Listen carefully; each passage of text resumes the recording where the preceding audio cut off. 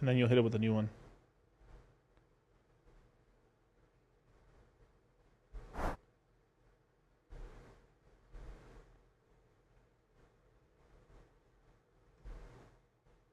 Asset. Well, Bitcoin's the best crypto asset. Okay, what's the second best? There is no second best. There's no second best crypto asset. There's a crypto asset. It's called Bitcoin, right? Right? There's no second best. Okay. But take all your money, buy Bitcoin, then take all your time, figure out how to borrow more money to buy more Bitcoin, then take all your time and figure out what you can sell to buy Bitcoin. And if you absolutely love the thing that you don't want to sell it, go mortgage your house and buy Bitcoin with it. And if you've got a business that you love because your family works for the business, it's in your family for 37 years, and you can't bear to sell it, mortgage it, finance it, and convert the proceeds into the hardest money on earth.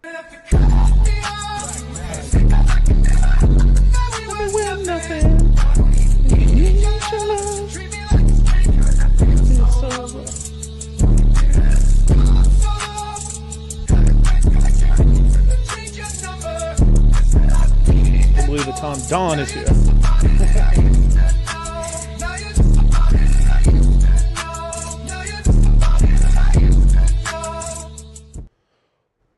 What is going on, you guys? It is Dollar Cost Crypto here. Louis Vuitton Don.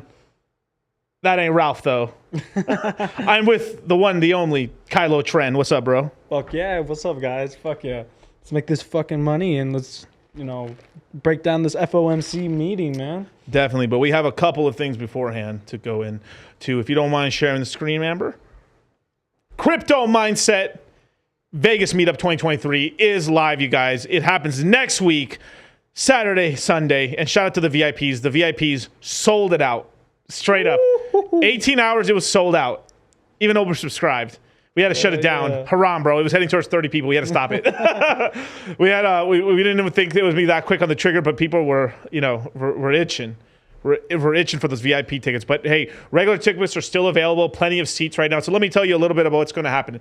So it's Saturday at noon at the Palms. We are going to have a giant pool party at the Palms from noon to 5 p.m. Afterwards, we're taking a shuttle bus to the Red Rock Casino at 7 p.m. for the World Vegas premiere of the Highest of Stakes movie. Shout out to the boys. It's going to have jam-packed theater. I bought the whole thing out. It's sold out. There ain't a ticket left in Vegas. Sorry. There ain't a ticket left in Vegas, man. I bought the whole thing out, man. Haram, cities, over 11 cities sold out around the world and stuff, and more coming to you soon, man. That's what I'm telling you, man. If there was more tickets, that would have been all mine. I wasn't going to leave a single thing unbought. I couldn't buy the handicap ticket, sorry. But besides that, sadly, but all the tickets have been purchased out. From there, we're going to do some DGen activities in the nighttime. But guess what? We protect the innocent. We're not going to tell you what we're doing and stuff. If the minute you join the chat, that you buy a ticket, you get added to a chat. So make sure to check your spam folders as well as the regular inbox for your email. You should receive it within basically 12 hours, 8 hours of you purchasing tickets, but usually it's right away. Some guys get it like 15 minutes. Shout to Liam, shout to Kyle, quick on the trigger. But once that ends up happening, you're invited to a group. That's where we're going to give a lot of the other private details that we're not making public. Then the next day at 7 p.m. at the Palms, in an undisclosed location. I'm not saying where, but it's near the Palms. I need to say where. We have the main party itself starting at 7 p.m. DJ, acrobatics, fire breathers. No. Sadly, dude, I don't know what is up with Vegas and stuff and fire breathers, but they just do not want fire breathers. Not part of the Fire Nation. Not part of the Fire Nation and stuff. They're like Water Tribe out here, man. South Gang. But so basically, we're gonna have all kinds of things and stuff: bars, DJs, acrobatics, LED performer dudes, and much more. And then to top it off, we're doing more stuff in the night and of degeneracy. And then the next day, protect the innocent. The next day, we were renting out an entire cigar lounge on that Monday and doing even more stuff, hanging out, talking, giving inspirational speeches, giving people breakdowns, helping people out with the portfolios and everything else you want to access that we can't see on YouTube. So if you could find your ass to Vegas, come through next weekend. It's going to be real fun. Even if it's just for a day, literally, it's going to be a freaking blast, man. So shout out to the boys, man. And right now in the chat, we got George with J, man. Shout out to you, man. I think he had one of the funniest. I literally spit out coffee when he tweeted this out or texted this out. Where did he put it? Honestly, I like that Miguel's always late. It gives me time to put the kid to sleep and awaken the degenerate within me. Couldn't be more real. Hey, shout out to you, man. We got Almighty Hexagon. We got Vish. We got Chad Fernandez. We got Crypto Surfer. What's going on, man? The Herc. Put the hurting on you. I was going to do some disgusting joke, but I was going to do it. We got Daniel Life's Prosperous. What's up, man? Emmanuel Pineta, let's see, man. I'm finally getting my money back. Hella broke. Didn't sell my crypto. Shout out to the boy. Now we're building the bags of Ethereum and Pulse. Hope to get the big haul. You definitely will, sir. Definitely will. Manuel Ortiz, what's up? Zenith, Iron Hands Investing. Let's go. Mr. Angry Twinkie, what's up, man? Aliens, rate hikes, SBF getting out. Some charges dropped. Fun times, incredible times. Nellyville, Gains by Casey. All the homies are in the chat right now. And much more. Ingent Esquire, of course. And Gains by Cassie. How could I forget? And Melvin Tony. I'm probably missing a ton. And MA, of course, Hexy Gains, Arrow Crypto, Tea Time. Jesus, my God, the names just keep coming. Ramlos, Tank Will, and I can keep going, but I'm not. And many more, man. Shout out to you guys. Hit the like button, subscribe, hit the notification bell. We got a lot of stuff. But before we get into the FOMC meeting, I like so much weird news stuff happened this week that I have to comment on it. It's like insanity, right? And if you don't mind, Amber, the asshole of assholes, the top dark elf, SBF, the Department of Justice has dropped a campaign finance charge against crypto scammer. I love that he says crypto scammer. Sam Bankman-Fried. Get close with the party with the Washington Uniparty, and they'll protect you every time. This man donated quite a lot of money, largest campaign contributor to the Democratic Party, and his second in command. People. Sam Troboda also was the second largest. To the Democratic Party, the largest being George Soros. Damn. But like combined, they donated more money than anybody to the both parties. Come on now. Damn, son, that's crazy. Now I think I think they're still gonna give him a slap on the wrist, but they're gonna recharge him because they're trying not to break these extradition laws because he made everything out of the Bahamas. Yeah. Right. And why would he do that? Because his father. So people who don't know this, in 2006, 7, 8, when the housing market crashed and we actually had a recession. Yeah. His father was the head of the community for, guess what? Oh my God, I forgot the goddamn thing. All right, so his dad was basically the head dude that was putting all the brand new laws for hedge funds. So his dad is the guy who literally wrote the book and knew every little loophole because he made the rule book. Yeah. So your dad wrote the rule book and then he put all these things. So he's gonna be slippery like an eel, man. But they're probably gonna catch him on something, but it's not gonna be as satisfying as we want. You can show the screen again one more time. Trying to get him on mistrial watch. Yeah, definitely, man. So let's read the article real quick. Wait, this is the article right here. Justice Department on Thursday agreed to drop. What is up with these gay tops? My God. Ooh, I almost said the F word. My God. The F is strong in this one. That was all right, but it's just a little too tight, man. I don't know about the whole pointy nipple shit. But anyway, Justice Department on Thursday agreed to drop all charges of illegal campaign financing activity. Of course they did. Of course they did. I mean, come on. Like, dude, do you think the Democrats and the Republicans are going to go down with that? Sam Bankman-Fried, who were personally given millions and millions and millions and millions and millions and millions and millions of dollars to Democratic politicians and causes, including the 2020 campaign for President Joe Biden. That hurts me to say President Joe Biden. Sleepy Joe will still be charged with 7 counts related to wire fraud, securities fraud, money laundering. The FTX founder originally indicated on 8 charges in December, right? According to the Bahamas, submitted a filing to New York federal judge Louis Kaplan, dropped the allegations of the campaign fraud for DOJ agreed. Okay, let me keep reading. Okay, so Sam Bankman-Fried contributed more than $40 million to Democrats and liberal causes in just a 22 election cycle. He donated $6 million to the House Majority Pact. Maine, outside the group supporting the House Democrats. He also gave $250,000 to Democrat Congressional Campaign Committee as $65,000 to criminal. This isn't even all of it, bro. They're actually being a little light on this. It was way more money than that. Like, you got, like, it was almost damn near like half a billion.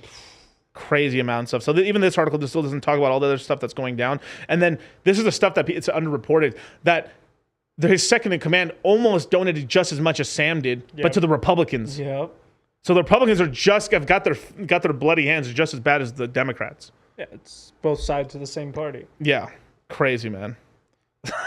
Should GOP investigate Obama after the chef drought? Not even trying today, you guys. Not even trying today. But I want to give a shout out to this meme coin. I found this really funny. Share the screen again one more time, please. This is one of the funniest little. So it's I guess it's some sort of like meme coin on Pulse Chain and stuff with the flight safety white paper V1. You got RG3 flying in the cockpit. I don't know who that second person is. I can't tell. Oh, it's Kinetics. You got what's called. Damn, dude. Can you zoom in? Yeah, I can't zoom in on not on the. Yeah, maybe like that. Yeah, but it's really funny. Here's Wolverine fucking himself, I guess. Jerome Powell blowing up a blow-up doll. Obviously, this is Buck and the guys, right? Oh my! No, wait, hold up.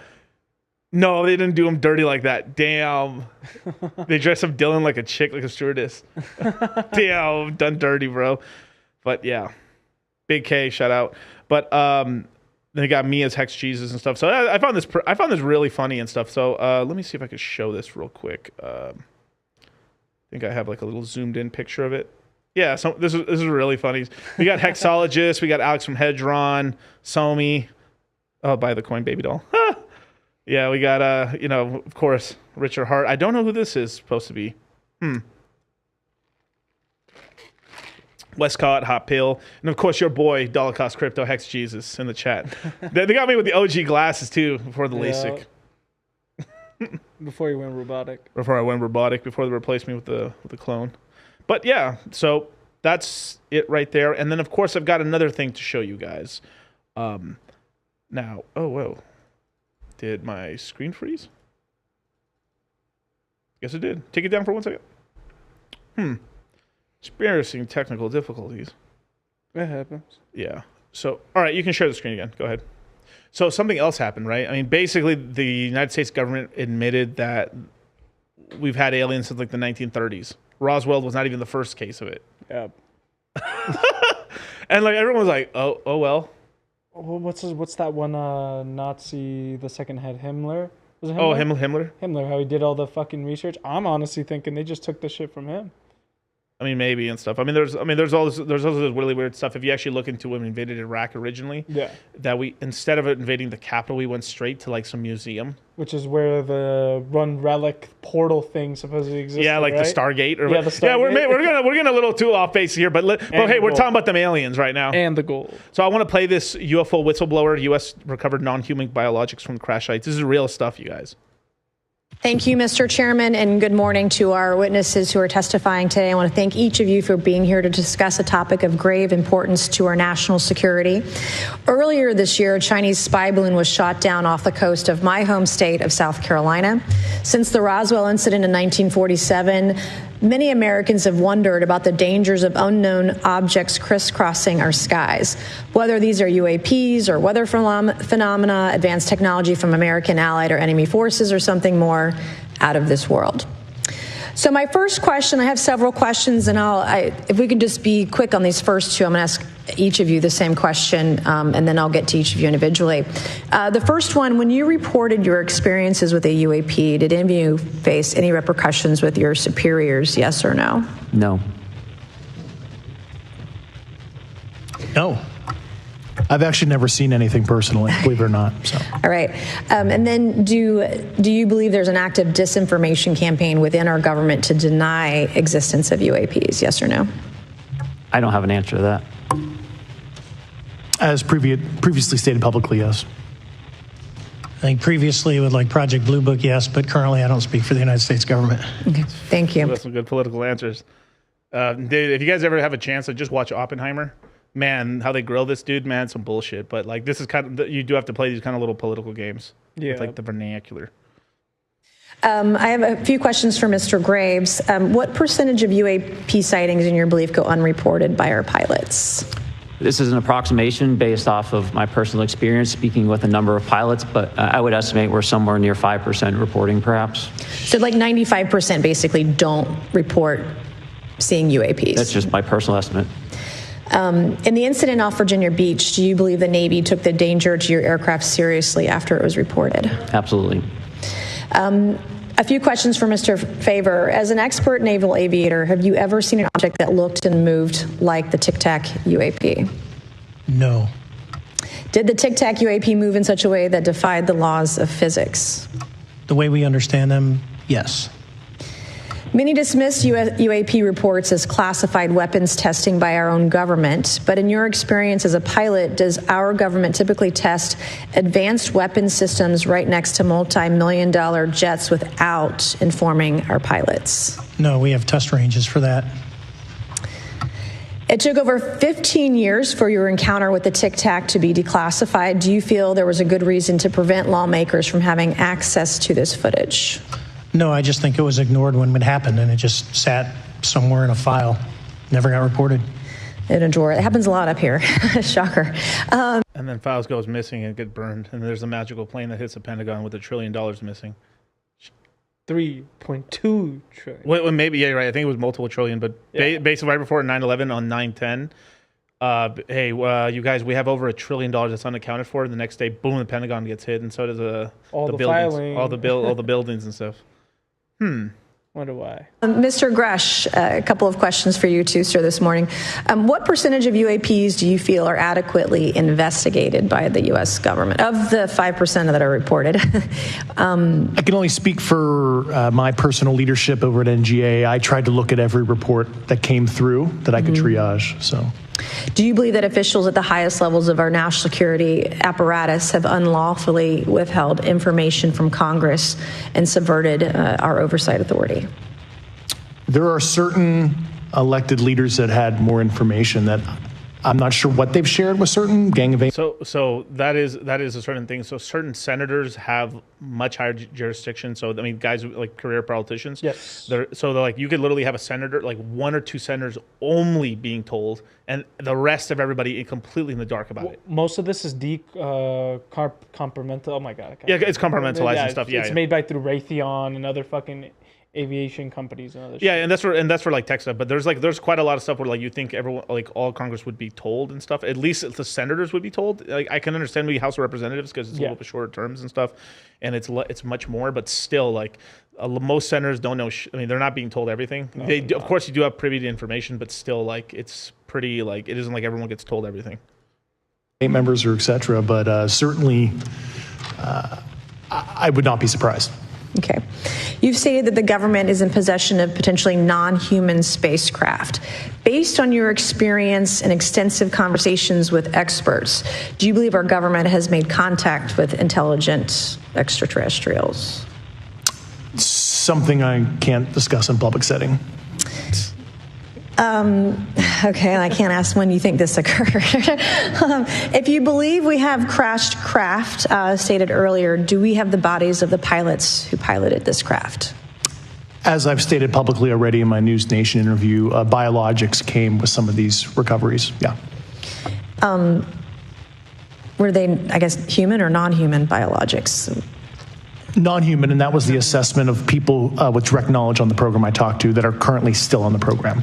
And was this documentary evidence, this video, photos, eyewitness? Like, how would that be determined? The specific documentation I would have to talk to you in a skiff about. Gotcha. Yeah. Okay. So, and you may or may not be able to answer my last question, and maybe we get into a skiff at the next hearing that we have, but who in the government, either what agency, sub-agency, what contractors, who should be called into the next hearing about UAPs, either in a public setting or even in a private setting? And you probably can't name names, but what agencies or organizations, contractors, et cetera, do we need to call in to get these questions answered, whether it's about funding, what programs are happening, and what's out there? I can give you a specific cooperative and hostile witness list of specific individuals that were in those. And how soon can we get that list? I'm happy to provide that to you after the hearing. Super. Thank you. And I yield back. After the hearing. Never heard from Yeah, her she was again. like, yo, thank you for making my career. You can take it down. So, so is this a distraction? Of course it is. Oh, most likely. Of course Most it is. likely. Yeah. But if I'm being for real, like what's really going on right now, just from what me and Charlie are hearing and what we know, if we have friends in the industry and stuff, like we've already had a soft launch of FedNow already. Yep. And the official launch of FedNow would imagine it's happening in less than 3 months. So that's really what's going on. Like next year, shout out to Gary, the numbers guy, but he was like, next year's, dragon year, and typically every 2 cycles and stuff, in a dragon year, some big economic thing happens, basically, right? Now, whether you want to believe in that or not and stuff, but still, like what we're seeing as well is like next year is going to be a big pivotal year for not just crypto alone, but the whole financial system across the world. We are seeing the release of FedNow. We are seeing the release of brand new kind of chips and cards and stuff that you can't really discuss right now, but a lot of it, like there's stuff that's going on right now with, especially you've seen stuff like WorldCoin with the biometrics, the eye scannings and stuff, or like fingerprint scanning. Exactly. One of those two is coming to just things that we touch and sort of play our money around with. Most of our money is already virtual anyway. I mean, the most money is not physical. It's really just it's just ones and zeros on a bank ledger, basically, right? So our money is already pretty much digital. We are getting upgrades to the system, which is good. So the system is becoming like it's sort of becoming like cryptotized. You could send it anytime around the world, but there's still like these underpinnings of not allowing you to send money when you want. And eventually these draconian sort of laws are going to be put in place. It's going to be death by 1,000 cuts. At first, you can do anything with the money. It's free. And then they'll start putting limits on how much you could spend. They'll start putting limits on what you can buy. You can't buy cigarettes. You can't buy guns. You can't buy formula. Just whatever they end up deciding that they're not allowed to. You can't buy whatever. If you're against abortion or not against abortion, you can't use this money for this. You can't use it for that. You can't spend it on this. You can only use it for gas. You can only spend it at this time. No more spending after 8 o'clock at night. If you don't spend this fucking money right now, you are going to lose it after 24 hours. Literally just CCP light. And then eventually they'll take our ability to save money. And that is ultimate slavery. Yeah. Another thing too, for every transaction they do, right? Like usually the card services, right? Like there's something called master nodes when it comes to the FedNow system, right?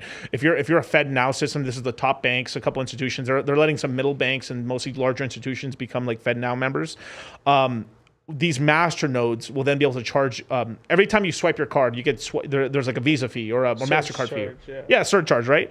So every time you swipe your card with cash, there is taxation, right? If we know it, right? If I pay you money, you're going to pay, like I pay taxes on my money originally, then I pay you, then I can deduct some taxes there. But there's still all this double taxation that's going on. The money you pay. This is just capitalism and normal taxes. But there's the sales tax. There's just tax and tax and tax and tax, right? Mm-hmm. State taxes, federal taxes, sales tax, gift taxes. It just keeps going on and on and on and on. And then on top of that, they wanted to put a death tax on you, which means when you die, all the money you've already paid taxes on gets taxed again. Bro, there's some fucking bullshit. It's such bullshit. I should have brought that giant flag I have of like, I bought this giant flag that says Texas Dick Fed Boy.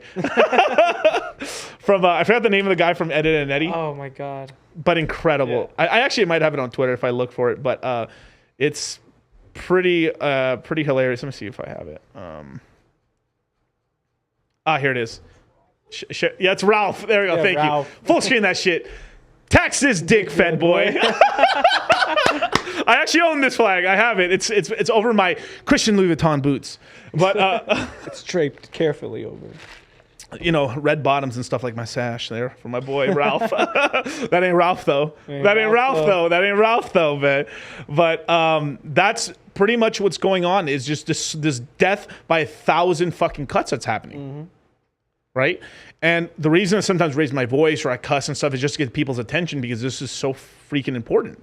This is one of the biggest changes that we've had. Now, Richard recently said this is good that we're upgrading the systems. That's good. But then they go crazier with it because at first, like they're going like after we have some we're already in a recession. Let's just not even kid around, right? We had the Democrats change what is the like 2 consecutive negative quarters of GDP growth is a recession, right? They've now changed it where it has to be damn near over a year. It has to be a year of negative GDP growth for it to be considered a recession. It's been like that since basically almost at the beginning of they've been tracking this sort of stuff. It's been like at least since the 1900s we've been saying if we have 2 consecutive negative quarters of GDP growth, we're in a recession. So we've been in a recession since the middle of last year. And I would even say if we look at it, maybe like Q4 of 2021 and then to Q2, but let's just say the first 2 quarters of 22. Yep. Since then we've been in a recession. So we've been in a recession for over a fucking year already. Yep. Over a year. Serious stuff, man. Literal definition change. Yeah. Just so they don't say during their because they're trying to keep this Sleepy Joe dude and like I mean even some of the Republican what was the other Republican guy he literally had like a brain aneurysm stopped talking they put him away and they brought him back 11 minutes later and then finished a speech so either he's a robot or he literally had like a mini stroke. Yeah, what the fuck, man. It's getting crazy. So there's all that now. Now this FedNow system is when the true recession or whenever that happened, or whether we pump up and then we really dip back down, they're going to start giving stimulus checks away, and this is how they're going to start onboarding people. They're going to give either $500 fucking gas credit through the FedNow system. If you sign up now, you get this card right now, or if you don't, you're going to get it in 3 weeks or in 4 weeks in the mail. Everyone's definitely going to go for the free $1,000, and then people say this whole thing is like if you give everyone $1,000 for this one time, it doesn't really cause much inflation. Most of it ends up going to Amazon anyway, really. Yep. If you guys are smart, you'll spend that on crypto. Spend that on crypto, education, just some product and stuff. But just wherever you do, chuck it in. Literally, if you look at it, I mean, if I remember right, if you had bought that when the original $1,000 check came to people, literally if you bought anything in the top 20, you're still up on a 3x on that original $1,000. On some stuff during the tops of the markets, you were up $100 grand, $200 grand. Some of the stuff you're up $30,000 on that original $1,000. So you take before they put these restrictions on. If you do take the FedNow money, because it's going to be inevitable, the sheep are going to bat them way into the golden cage.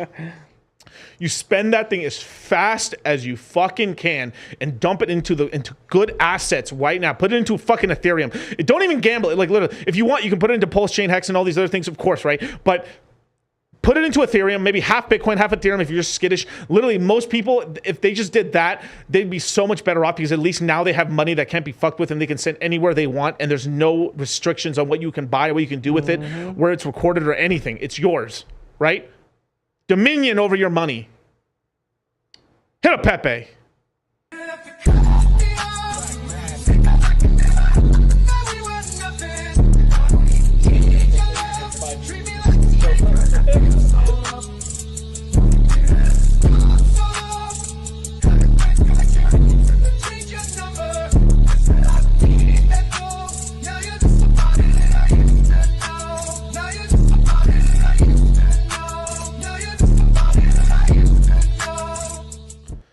And And I'll say this, shout out to crypto boogies. Buy some guns, buy some ammo, buy some body armor, buy some food. Definitely, man. Take care of all your sources, man. Your main thing should be focusing on increasing your income, working.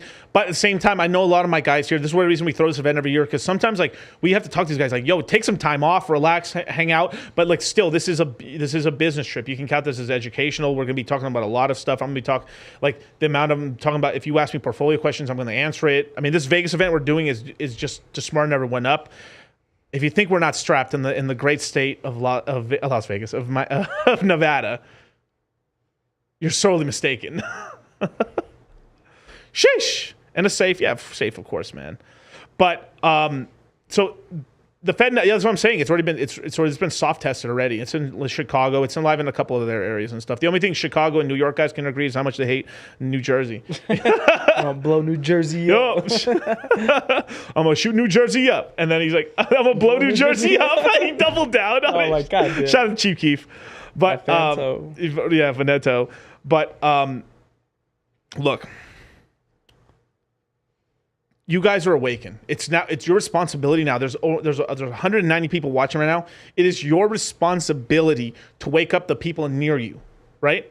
You've got to be that. Look, you're the average of the 5 people you hang out with, and I know, like just like me and stuff. I wasn't finding that in my real life, so I went to look at it in the digital format, right? This is why like me and Charlie created avenues like the Citadel, the crypto mindset courses, these crypto mindset events and stuff. We've created these places where you can like level up, meet other like-minded people that are on the move, that are hustling and stuff. Because we know most people around your life, they're listless, man. Yep. There's a reason like Rich Dad Poor Dad made this book and stuff to show people about financial education and stuff. I mean, he was lambasted for years saying that a house isn't an asset. It's a liability.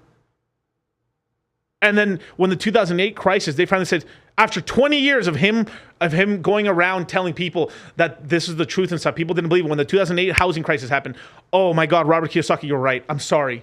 25 years later, an apology finally, after educating people, teaching people about like the quadrant. You want to be in the capital class. You don't want to be an employer or a specialist. You want to be in the capital class, a business owner. And I'm teaching you guys how to be in the capital class. And I'm trying to explain to you, because like, look, right now we're about to get into the Fed breakdown, right? The FOMC meeting, right, with Jerome Powell. And the reason I do these things is to break down this Fed talk. They speak in a certain vernacular, certain wordplay and stuff, so you don't really understand what they're saying. And then on top of that, you have to have a certain level of experience in the macro market and in equities and stuff like that for you to understand what the hell they're talking about. People don't. I mean, they do not teach financial education in schools. They still teach you how to balance a checkbook. Who the fuck still uses checks? Yeah, honestly. Who uses checks? Only my boomer clients would pay me that. They were all 70 plus, 80 plus years old were paying me in checks. Anyone under the age of 40 was Cash App or Cash. Zelly, baby. And some crypto. Shout out to some base. There's some base clients. There's some base clients. So shout out. I sweated many a days for some Ethereum, but that Ethereum cashed out pretty good. Feels good now. She feels great. Yo, hit that new Michael Saylor. Hit that Michael Saylor. I want you to understand. Asset. Well, Bitcoin's the best crypto asset. Okay, what's the second best? There is no second best. There's no second best crypto asset. There's a crypto asset. It's called Bitcoin, right? Right? There's no second best. Okay. But take all your money, buy Bitcoin. Then take all your time, figure out how to borrow more money to buy more Bitcoin. Then take all your time and figure out what you can sell to buy Bitcoin. And if you absolutely love the thing that you don't want to sell it, go mortgage your house and buy Bitcoin with it. And if you've got a business that you love because your family works for the business, it's in your family for 37 years, and you can't bear to sell it, mortgage it, finance it, and convert the proceeds into the hardest money on earth. That's right, Ethereum. Pulse chain and stuff. OP, Arbitrum.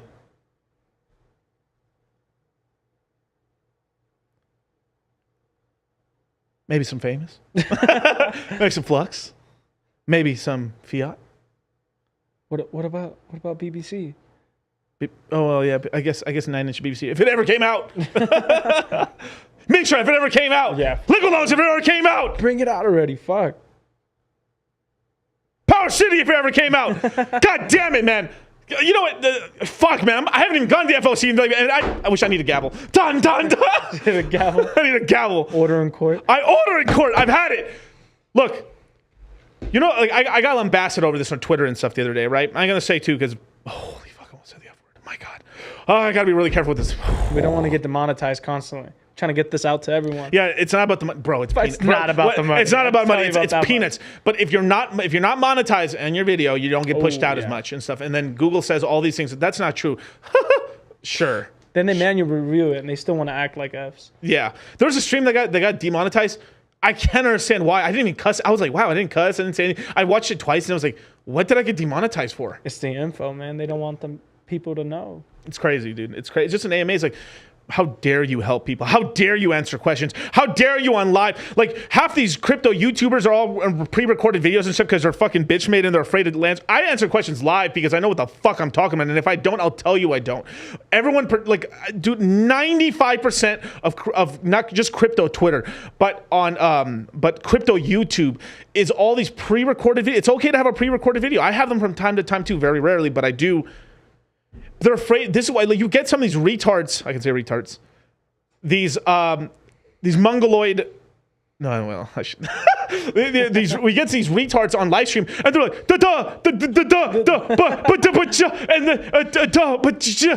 and then me and Charles just run in circles around them like this and stuff. Like, this is why they don't go on these shows and shit, because they're fucking challenged. Yeah. Christian Louis V. What are we talking about?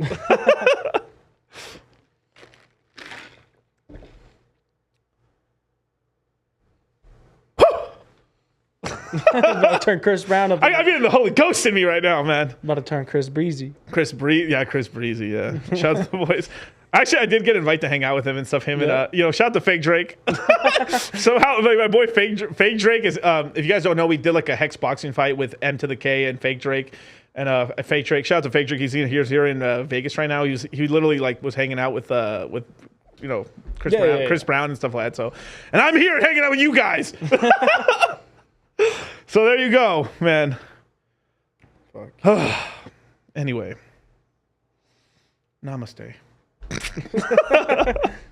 All right, let's get into it, you guys. Let's get into it, man. And this is just on caffeine, you guys. You guys won't believe. I was like 2 Trentas when I did the Island Boys. One big L, Kyle. I'm sorry to say this for real, bro, but like I told you to get that Bud Light and you couldn't get it for me, bro. I would have done some more hyped shit on that stream. I may have gotten my whole fucking YouTube taken down because I would have been drinking that the Clamato one. The Clamato one's anyway, outside of Bud Light, like I'll drink the regular Bud Light with the Clamato one. The little michelada. The michelada ones, just because I'm Hispanic, those things are delicious. But like the Modelo ones. But I would have drank that stuff and just gone. I would have gone to some crazy. I probably would have got canceled because I would have gone really on the whole, gender thing. God, I would have gone too far, man. I canceled, bros. We got fucking all the strikes that day. But anyway, you guys. Before we get to it and stuff, so let's get into what our video is about today, man. Let's full screen this thing. We're going to talk about the Fed no longer forecasting a recession. Jerome Powell, right? This is the Board of Governors. This is Jerome Powell, Daddy Jerome, as some people call him.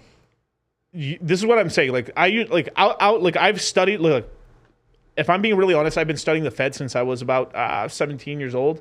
I started on Bloomberg Radio listening to Jerome Powell during the whole, during the entire, not the Jerome Powell, I'm sorry, Ben Bernanke, during the whole 2008 housing crisis. It was really important to me because my entire family's business was in real estate. It was like, doing remodels, building houses, doing all these concrete jobs, doing landscaping. This was my whole family's entire industry, and most people's industry. A good portion of the United States economy is housing services and everything adjoined to it. The amount of the economy that's based on real estate is fucking insane. It's so. I mean, I don't have the number in front of me, but wouldn't be shocked. It's 25 to 40% of the economy. It's that gigantic, and then not just housing itself, but just all the other things around it. It's a tree that branches out.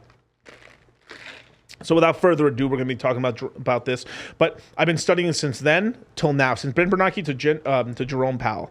And I'll tell you this, Jerome Powell is a pretty straight shooter. I was saying he was going to increase interest rates by 50 more basis points, and a lot of people were doubting me on this. Your boy was right. We halfway there. Yeah. Good afternoon. My colleagues and I remain squarely focused on our dual mandate to promote maximum employment and stable prices for the American people.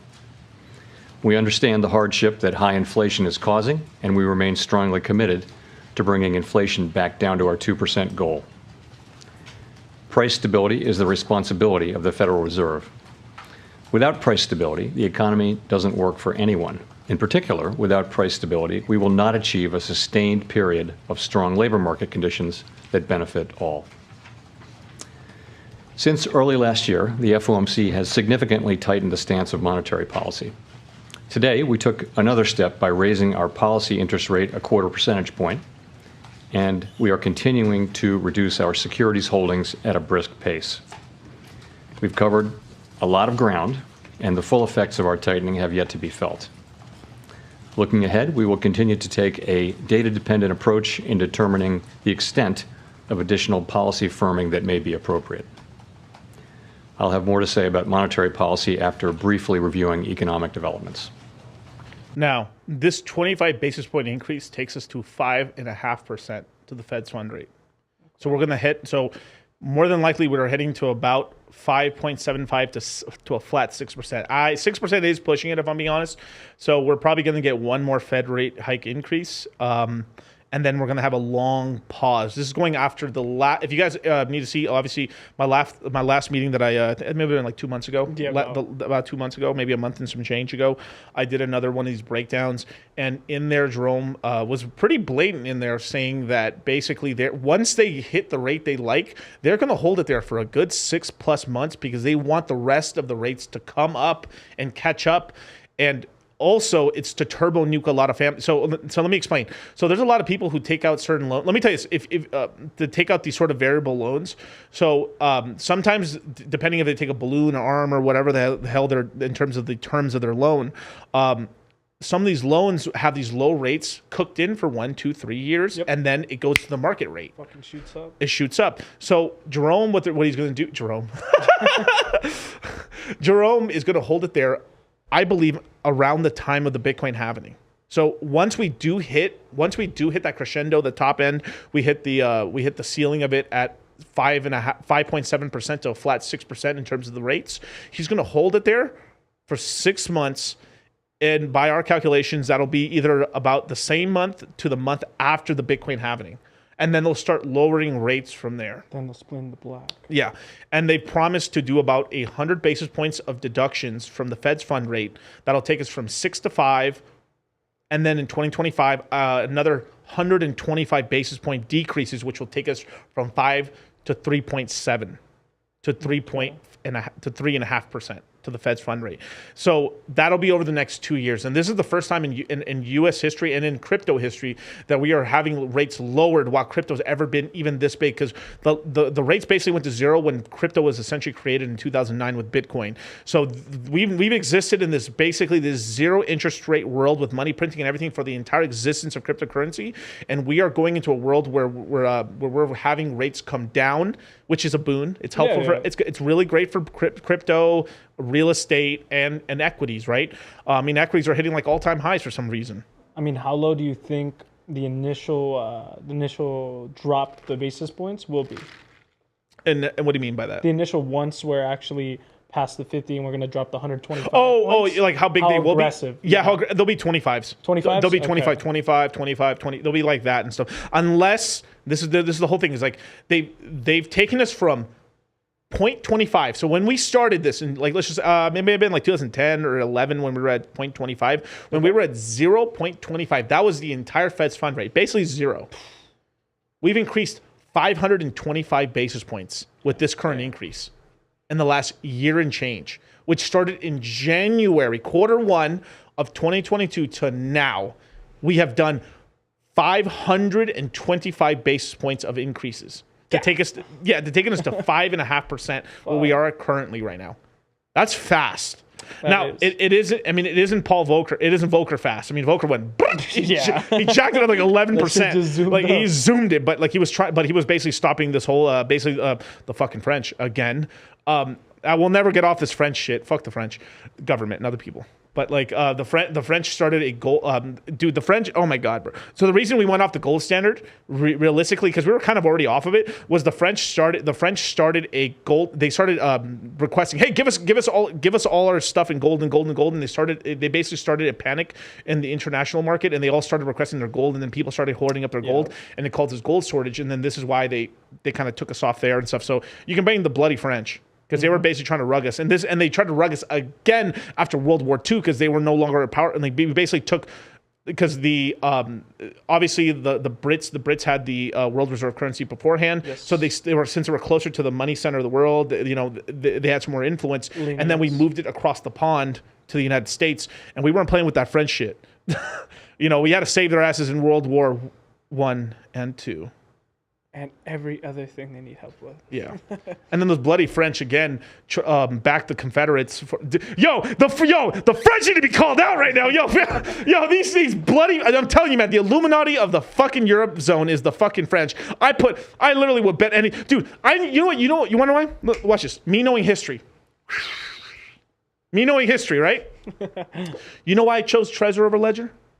Because then when I looked, there's Trezor. Where are they located? Oh, they're kind of they're in a bunch of different countries. Okay, cool. What about Ledger? In France. I knew there.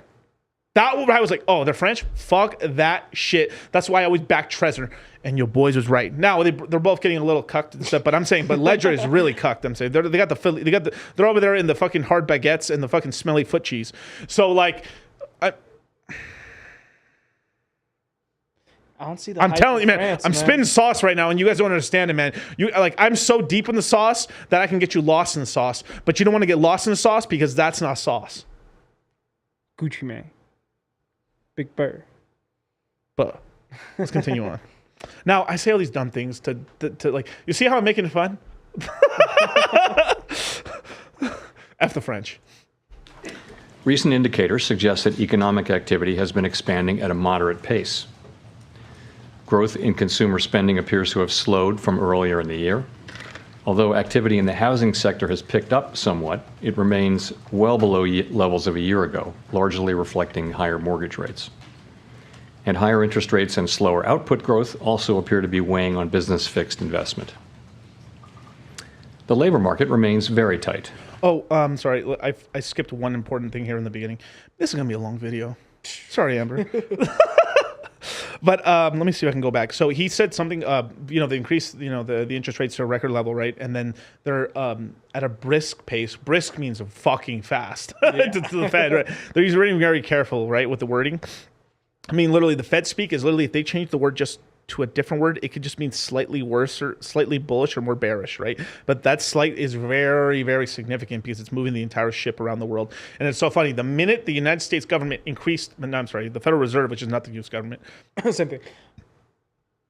Not really. The Federal Reserve is essentially owned by a bunch of the banking families. Yeah. Effectively. I mean, that's really what it is. But when we increased the 25 basis points, then the ECB, which is the Central Bank of Europe, increased the next day. Cucks. Have yet to be felt. Looking ahead, we will continue to take a data-dependent approach in determining the extent of additional policy firming that may be appropriate. I'll have more to say about monetary policy after briefly reviewing economic developments. Recent indicators suggest that economic activity has been expanding at a moderate pace. Growth in consumer spending appears to have slowed from earlier in the year. Although activity in the housing sector has picked up somewhat, it remains well below levels of a year ago, largely reflecting higher mortgage rates. And higher interest rates and slower output growth also appear to be weighing on business fixed investment. The labor market remains very tight. Over the past 3 months, job gains averaged 244,000 jobs per month, a pace below that seen earlier in the year, but still a strong pace. The unemployment rate remains low at 3.6%. There are some continuing signs that supply and demand in the labor market are coming into better balance. The labor force participation rate has moved up since last year, particularly for individuals aged 25 to 54 years. Nominal wage growth has shown some signs of easing, and job vacancies have declined so far this year. While the jobs to workers gap has narrowed, labor demand still substantially exceeds the supply of available workers. That's not going to change. That's just demographics. We're just right now. We're just the 10,000 boomers are leaving the job sites every single day. 3,000 of them are moving. So 30% of all baby boomers are then moving to either Florida or these states where they can get taxed better. Don't blame them. And Florida's really good on the knees, or at least somewhere hot. You know, if you're older and stuff, the bones start hurting. The cold ain't for you. The cold ain't for you though. But Florida's pretty nice and stuff. So that's what's going on there. But 10,000 baby boomers are retiring every single day. This is the reason why the stock market's really janky as well. Because these guys start becoming net buyers and they're more either net sellers to net neutral in the equities market, because if they're no longer employed, they're really only either speculating with capital they have, or they're just withdrawing from the funds and stuff, because a lot of them are doing the 3 or 4% plan, which is like they withdraw 3% of their entire portfolio every year until infinity and beyond, until it goes to zero. And then collecting those Social Security checks, which will go bankrupt in about 4 years. And yes. And that's mostly because because the inflation was so bad, they had to increase the payouts because it's to protect against inflation. Yeah. And because of that, we increased the time because all right, so if I got the math correct, Social Security was supposed to go belly up in 2031, but because of these increases, it went to 29, and now it's like 27. So somewhere in the middle of 27, 28, where Social Security was going to start having some problems. A lot of people gonna be mad. Yeah. So I will say this though, like depending, like there's also this whole thing too. The way they structure Social Security as well is that they try to get you as soon as you're, I think was it 62 and a half or 61 and a half years old, you can get Social Security. But they tell you, hey, if you wait until you're 70 or something like that, where you get a bigger payment. I'd probably say take it right away because like you might have some problems. Might as well siphon now what you can. Do your own research, bro. I ain't nowhere near the age to be thinking about Social Security, but like and then most people my age don't even believe we'll have Social Security. Wouldn't even get Social Security. This is just boomer payments. But anyway, I digress. Inflation remains well above our longer run goal of 2%. Over the 12 months ending in May, total PCE prices rose 3.8%. Excluding the volatile food and energy categories, core PCE prices rose 4.6%. In June, the 12-month change in the Consumer Price Index, or CPI, came in at 3.0%, and the change in the core CPI was 4.8%. Inflation has moderated somewhat since the middle of last year. Nonetheless, the process of getting inflation back down to 2% has a long way to go.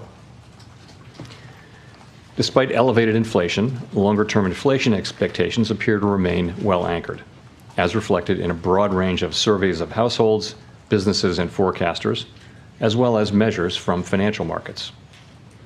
The Fed's monetary policy actions are guided by our mandate to promote maximum employment and stable prices for the American people.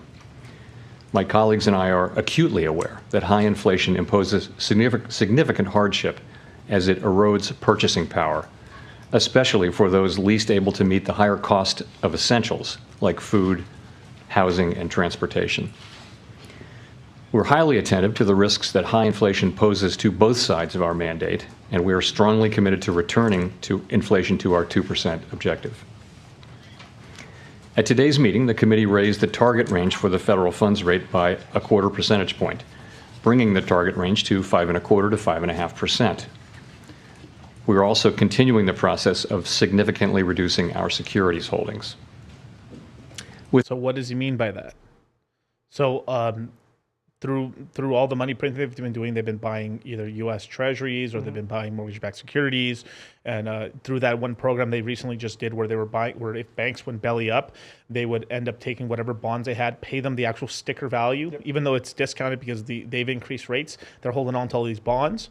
And depending on the terms they end up using, I think a year later they can get the bonds back after repaying. But if not, the beautiful thing is if the Federal Reserve ends up holding onto these bonds because these banks can't take them, as they lower rates, they end up getting a nice little bonus on these things. But it kind of ends up being break even. It's more like just get the interest payments from it, really. But but I digress. Yeah. With today's action, we've raised our policy rate by 5.25 percentage points since early last year. We have been seeing the effects of our policy tightening on demand in the most interest rate sensitive sectors of the economy, particularly housing and investment. It will take time, however, for the full effect of our policy tightening on demand in the most interest rate sensitive sectors of the economy, particularly housing and investment. So they've been pretty happy with what's happened to investment already in 22, how much it crashed, but they have been very not happy with especially with real estate and real estate services because it hasn't crashed enough.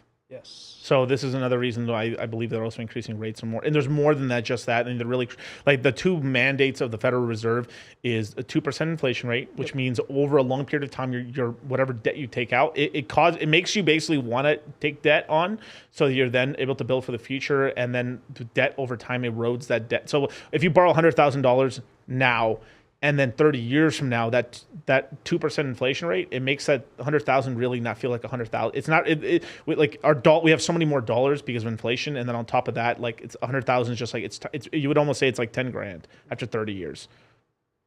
It's pretty, it's pretty, and then, so that's that, right? Then the other one is about helping making sure we have a decent amount of employment, basically decent employment, right?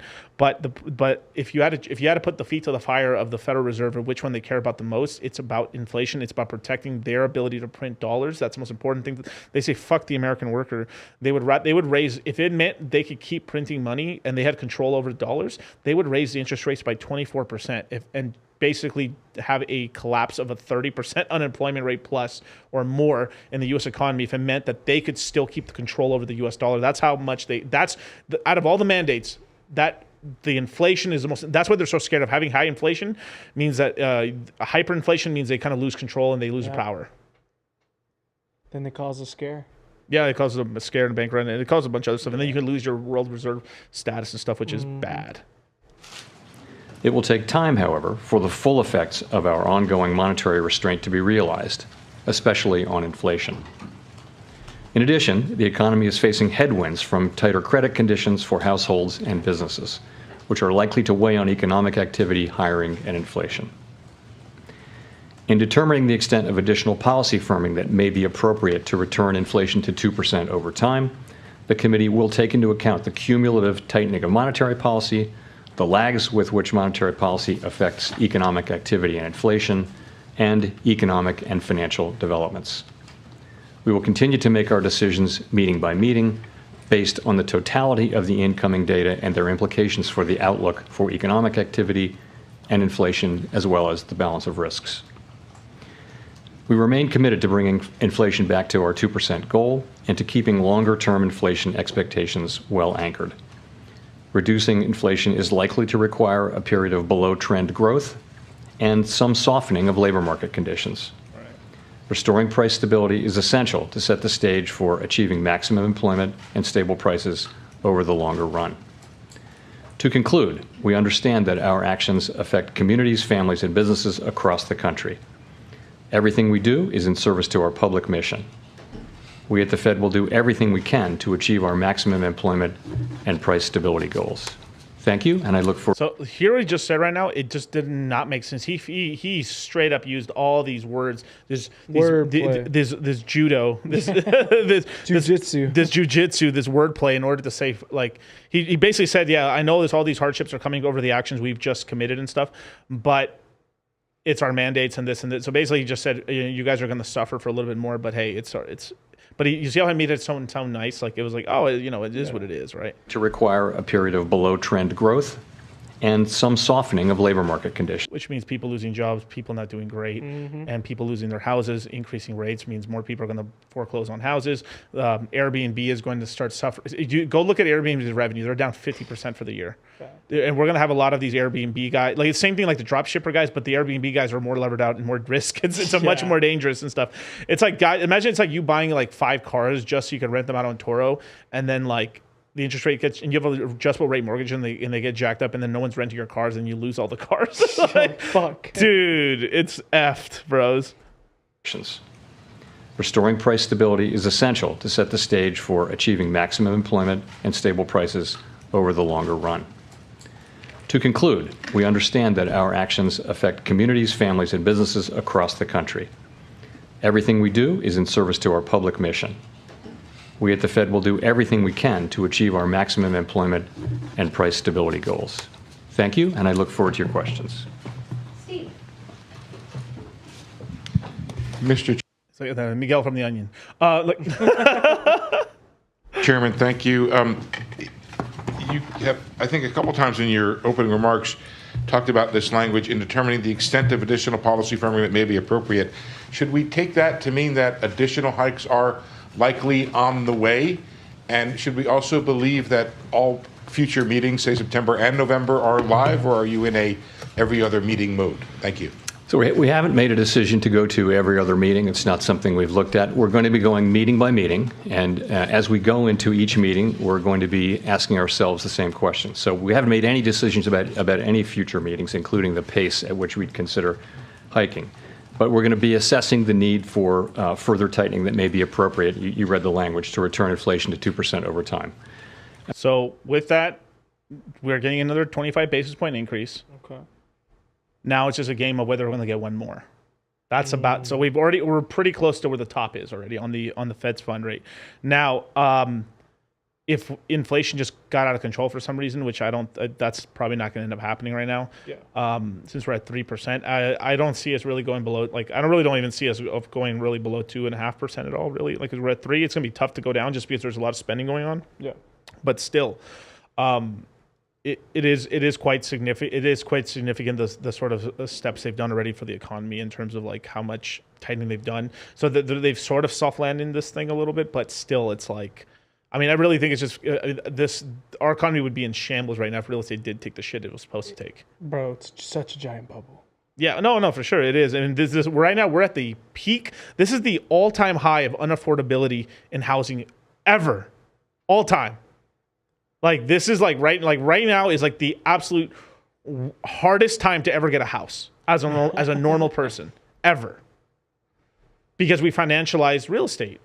Before that, I mean, if I remember correctly, the average, depending on where you lived and stuff, right, a house in America was somewhere between a year's income to 2.5 times your income of the average U.S. household in that state and stuff.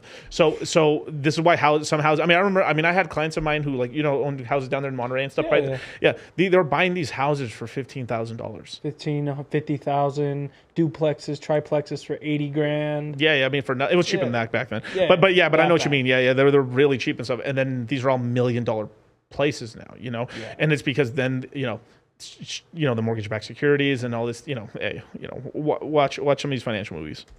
I would say that the intermeeting data came in broadly in line with expectations. Economic activity remained resilient. Job creation remained strong while cooling a bit. And the June CPI report actually came in a bit better than expectations for a change. And the June CPI report, of course, was welcome, but it's only one report, 1 month's data. We hope that inflation will follow a lower path but it will be consistent with the CPI reading. But we don't know that, and we're just going to need to see more data. So what are we going to be looking at? Really, it will be the whole broader picture. And starting with, we're looking for moderate growth, right? We're looking for supply and demand through the economy coming into better balance, including in particular in the labor market. We'll be looking at inflation. We'll be asking ourselves, does this whole collection of data, do we assess it as suggesting that we need to raise rates further? And if we make that conclusion, then we will go ahead and raise rates. So that's how we're thinking about the next meeting, and how we're thinking about meetings going forward potentially. But we're now mainly thinking about the next meeting. I will also say, since we're talking about it, between now and the September meeting, we get 2 more job reports, 2 more CPI reports. I think we have an ECI report coming later this week, which is Employment Compensation Index. And lots of data on economic activity. All of that information is going to inform our decision as we go into that meeting. I would say it is certainly possible that we would raise funds again at the September meeting if the data warranted.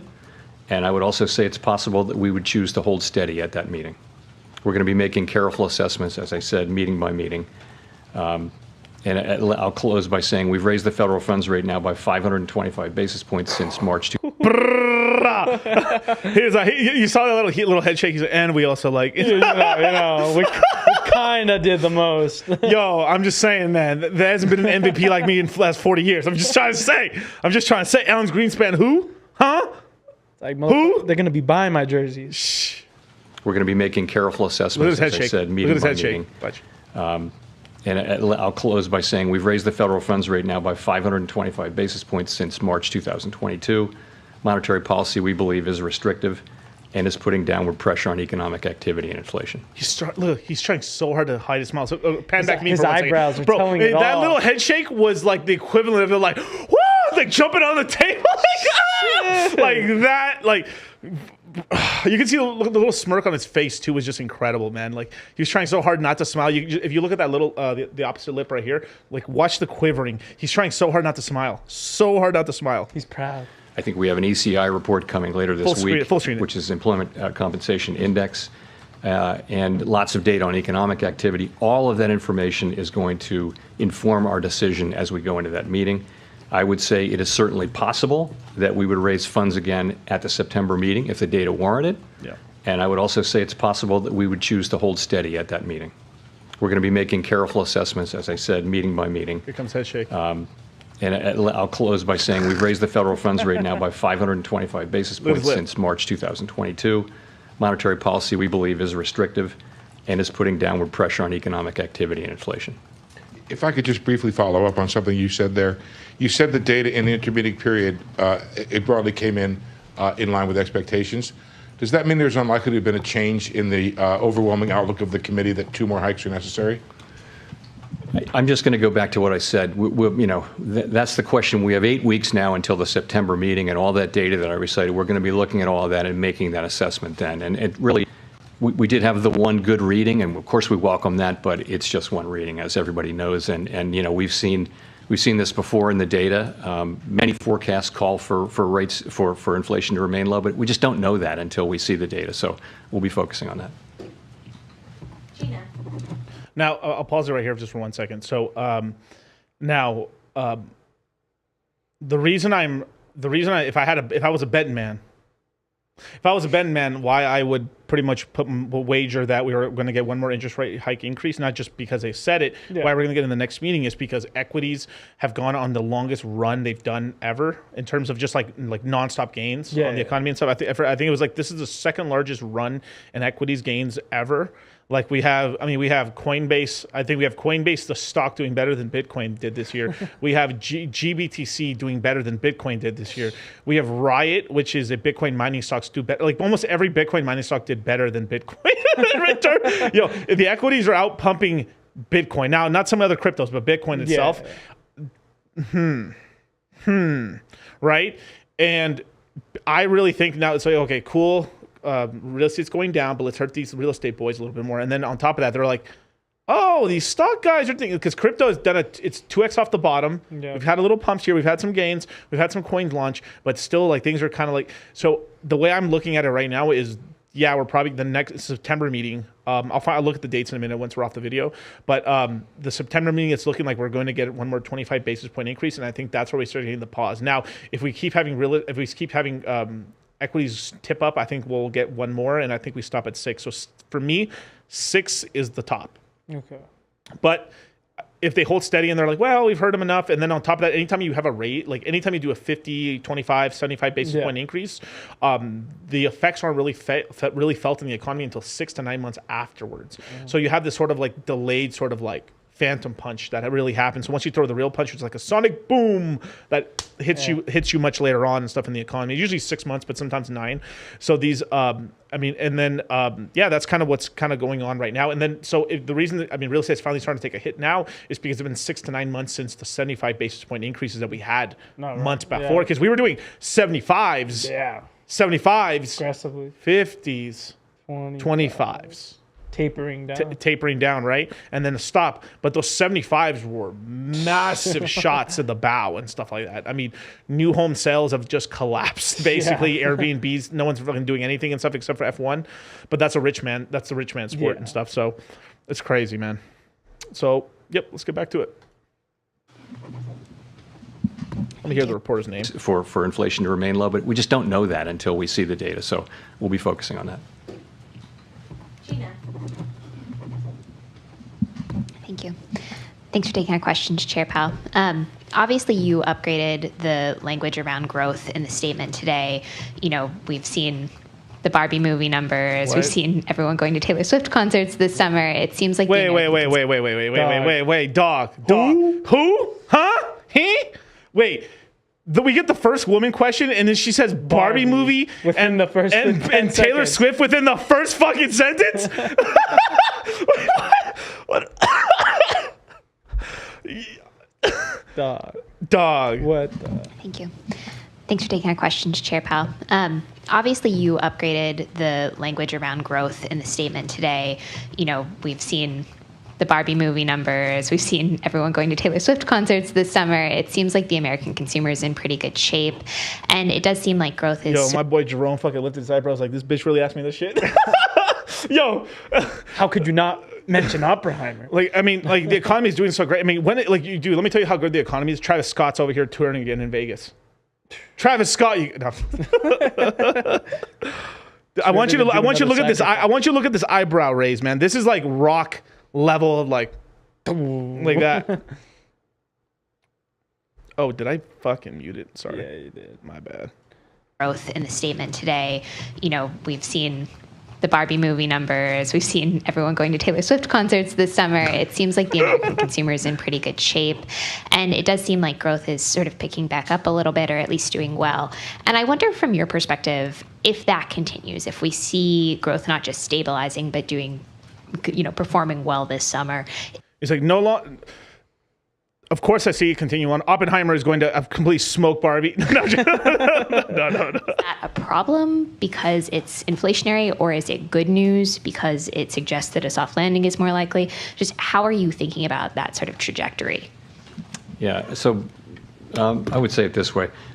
The overall resilience of the economy, the fact that we've been able to achieve disinflation so far without any meaningful negative impact on the labor market, the strength of the economy. Overall, that's a good thing. It's good to see that, of course. It's also, you see consumer confidence coming up and things like that. That will support activity going forward. But you're right, though. At the margin, stronger growth could lead over time to higher inflation, and that would require an appropriate response from monetary policy. Fed increases. So we'll be watching that carefully and seeing how it evolves over time. Thanks, Chair Powell. Neil Irwin from Axios. So as you referenced earlier, in the intermeeting period, soft CPI, jobs reports, still strong but moderating, JOLTS look good. So if you're data dependent, why not pause again? Why not stay on hold? Why not take another meeting off when the data was at least cutting in the direction you want to see? So if you go back to what we're trying to do here, we're trying to achieve a stance of policy that's sufficiently restrictive to bring inflation down to 2%. At the last meeting, we wrote down our individual estimates of what that would take, and the median of that was an additional 2 rate hikes. So I would say we looked at the intermeeting data, and as I mentioned, broadly consistent, not perfectly consistent, but broadly consistent with expectations, and as a result, we went ahead and took another step. And that's, a labor market that continues to be strong, but gradually slowing. I mentioned that the inflation report was actually a little better than expected, but we're going to be careful about taking too much signal from a single reading. And growth came in stronger than expected. So that's how we look at it, and so we did take that step today.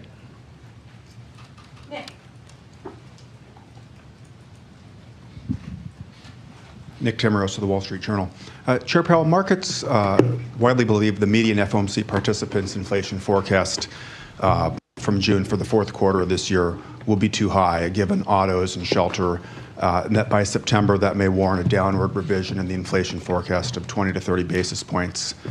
Would that basically saying that it looks like the auto numbers are somewhat decent, but they're going to get revised down to be shittier because the quarter's going to end up, because they end up doing getting the first month of the quarter, and then they're projecting for the rest of the numbers. But then as the actual quarter starts unraveling itself, it's showing oh no, they're doing really bad. So then it has to lower the rates, and then you get a lower not GDP. Well, I guess GDP, yeah, but like lower inflation rates or all that stuff for what the papers are saying, right? So basically showing that like auto sales are down and not great. That type of inflation progress be enough to hold rates steady from here, or do you need to see below trend growth and decelerating labor income growth to be convinced that you've done enough? So it's hard to pick the pieces apart and say, how much of this and how much of that. We'll be looking at everything. And, we'll be looking to see whether the signal from June CPI is replicated or the opposite of replicated, or whether it's somewhere in the middle. We'll be looking at the growth data. We'll be looking at the labor market data very closely, of course, and making an overall judgment about that. It's the totality of the data, I think, but with a particular focus on making progress on inflation. If I could follow up, last month you said there were benefits to moderating the pace of increases because it would give you more information to make decisions. Would another CPI report like the one we just had in June allow you to at least maintain that slower pace and defer until the fall any decision on whether you need that second rate hike?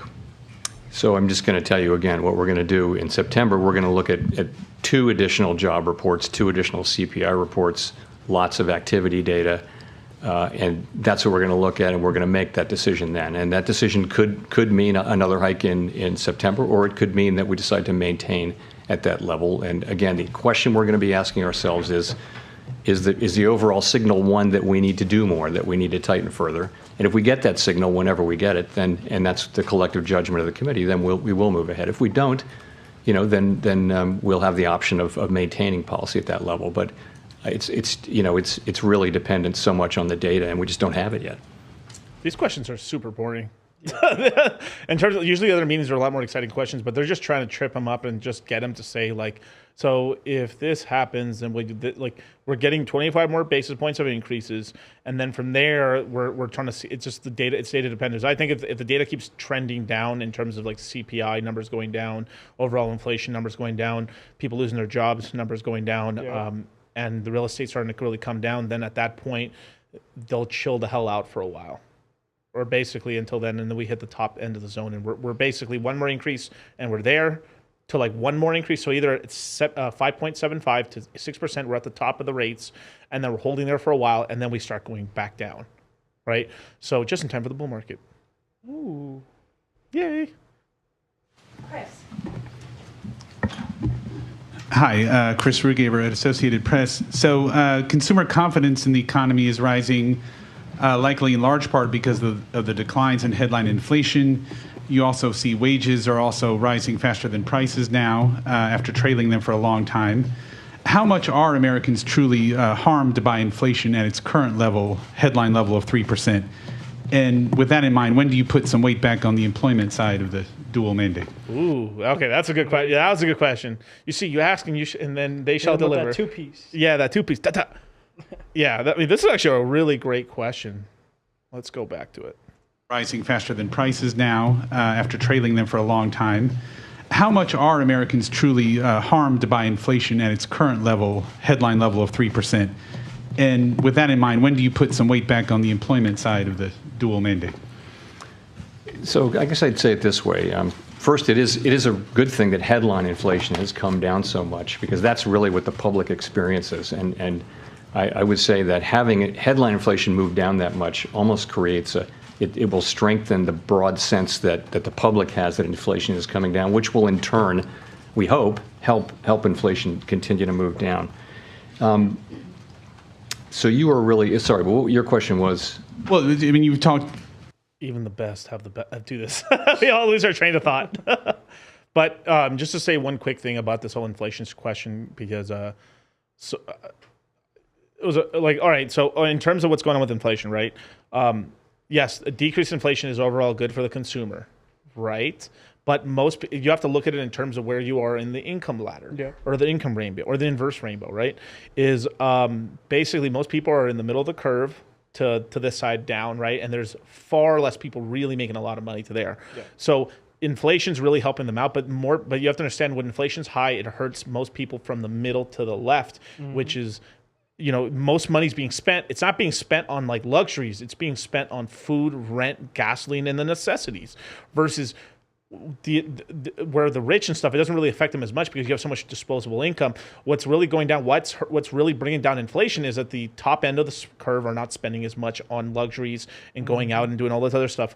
That's what's going on because they've hurt asset prices. Now, real estate's crashing down. That's most millionaires in America are from real estate, but equities going back up is I think maybe what could be a leading cause if let's say the stock market kept running up, then that could end up leading into some more spending. And the other reason why too is like we're with the spending is that with moving you're moving a lot of money around, so this is also causing some inflation as well. It's all the baby boomers moving around, moving assets and stuff, starting to become net withdrawers and stuff, so they're, instead of just like the house is paid off, this is paid off, then they're selling the houses off for whatever prices, hopefully they can sell it. And this is why I'm telling you, with these the boomers can hold that for a while, but at some point they need a list, because a lot of them, like outside of maybe the top percentile who actually have their actual retirement set in stone already, and most people's you really want to know, like there's a report that came out a while ago, I'll try to find it, but if you ask most financial advisors and stuff, like on like a real basis, most people don't really retire off of the stock portfolio. They retire off of having a couple properties, then having the stock portfolio and having Social Security, multiple streams of income, and then on top of that, people don't want to talk about, having fucking kids that'll help you out as well. It isn't, most people do not have their retirement set up and stuff. You need millions and millions of dollars to do that. Now you can do the whole FIFU shit, the retire early crap, right? But even then, because it's basically a DIY pension plan, that's really what it is, right? And these FIFU plans or whatever, right? They're starting to get to this point where like you need more and more money to make these things fun. Like it's sort of the cat got out of the bag, so more people are trying to do it and stuff. And then this is starting to kind of hurt it's like everything. Everyone found out how good it is, and then more it sort of became like a crowded trade effectively, right? So it takes more finessing and more knowing the markets, and then getting in and out and actually actively trading here and there, or actively swing trading, or by swing trade, I mean I guess in the stock market a 1 year trade is a swing trade, but in crypto it's like fucking giga Chad, and so that's what we do in crypto here. It's like I bought here and then I sold a year and a half later. You fucking master of the universe.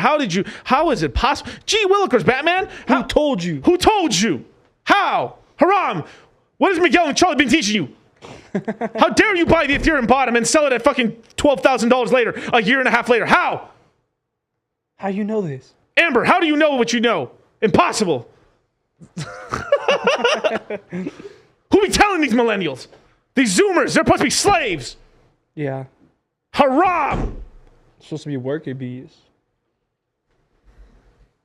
I wish I had a jacket so I could just hold them. Come on, my lapel. Suspenders. I usually go like this, but you're right, the suspenders would be over here.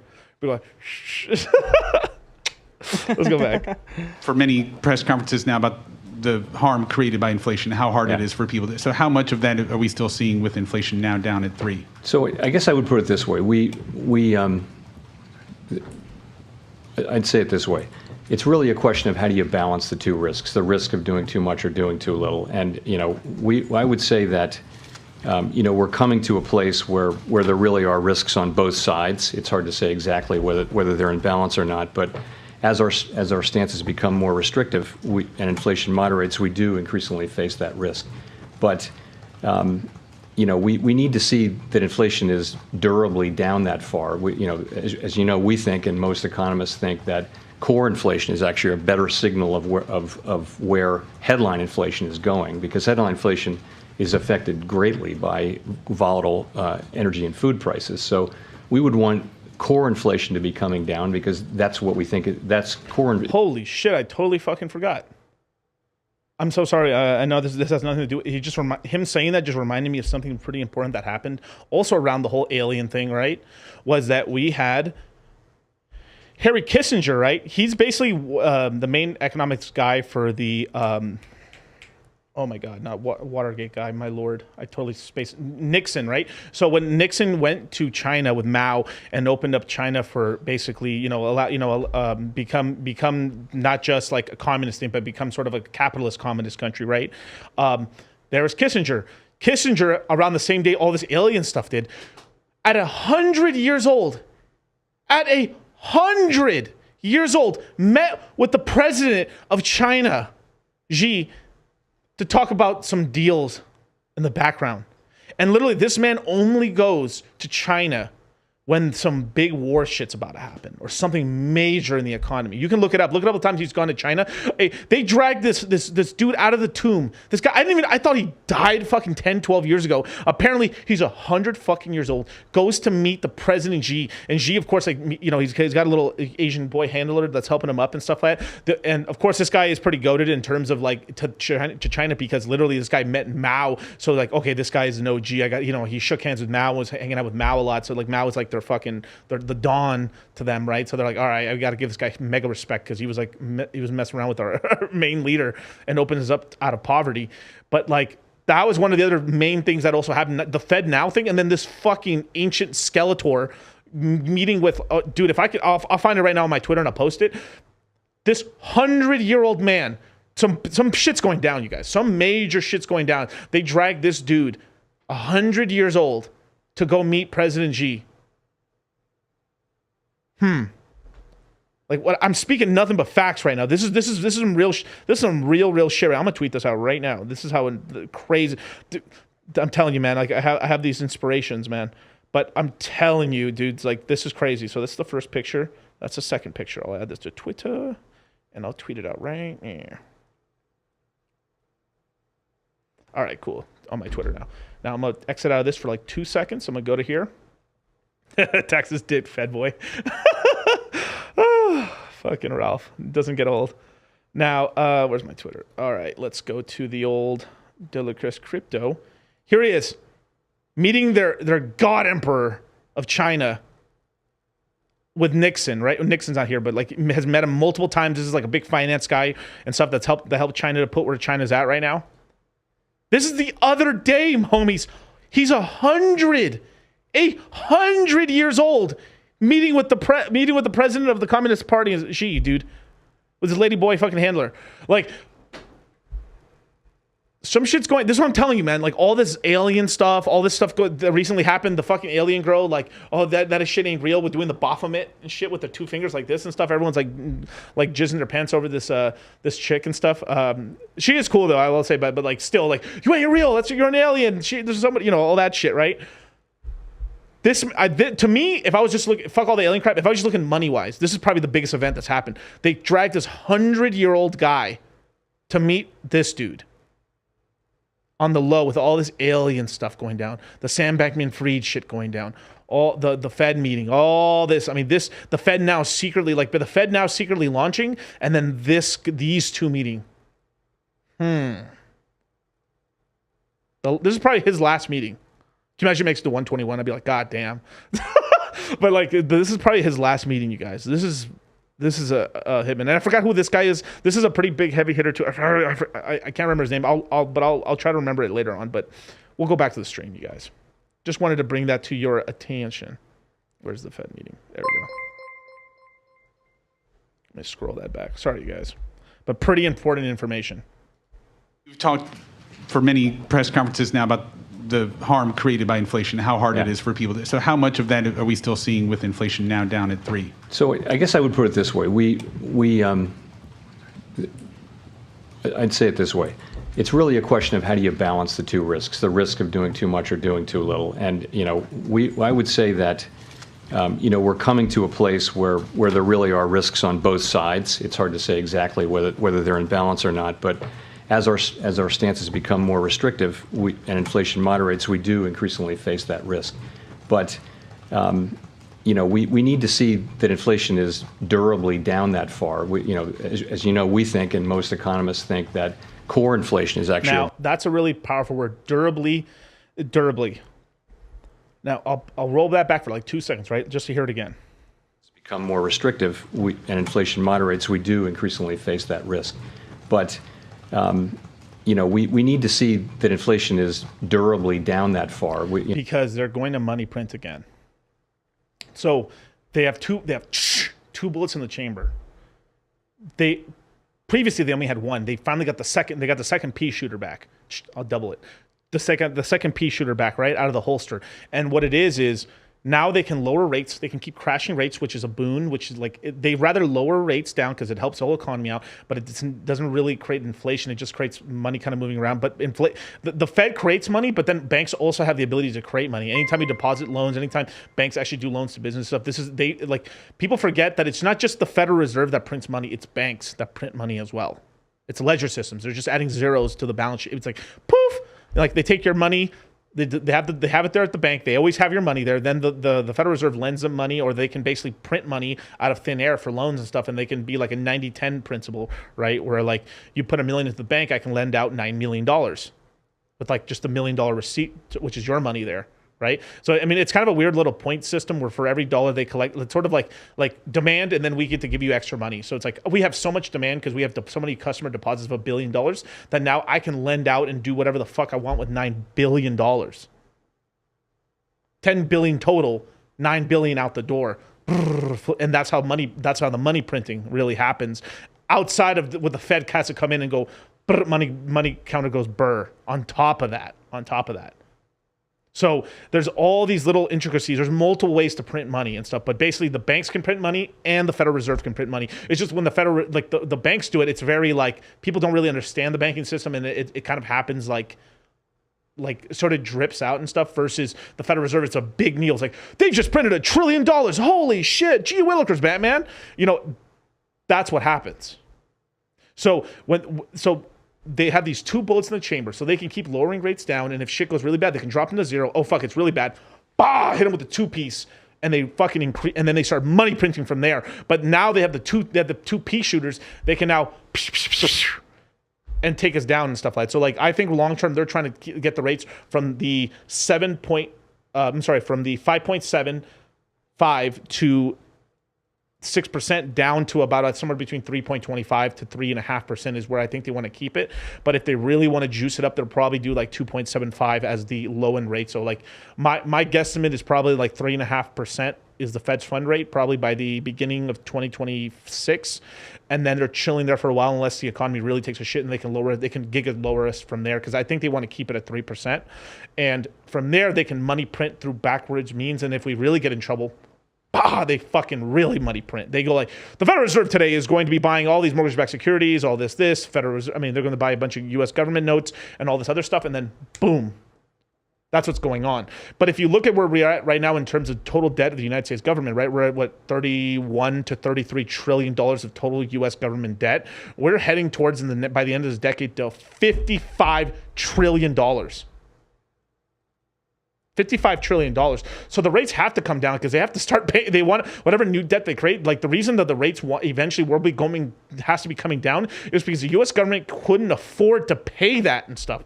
It's because it's so much fucking money. And then you have on top of that, you have the Federal Reserve buying U.S. debt in order to finance the fucking government, because during certain parts of our history in the last 10 years and the last, I would say 15 years during the housing collapse, we had the Chinese stop buying U.S. bonds. Majority, I mean, they were buying the majority of U.S. bonds, and we had a lot of foreign buyers. And then during these collapses, people lost faith, stopped buying the U.S. bonds, so you had to have the Fed come in and buy a ton of U.S. treasuries in order to keep the government afloat and keep all this money printing shit happening. That's what's going on. Now you still get nations as things start getting better. You still have nations still as a diversified portfolio. They still buy U.S. debt because it's the cheapest.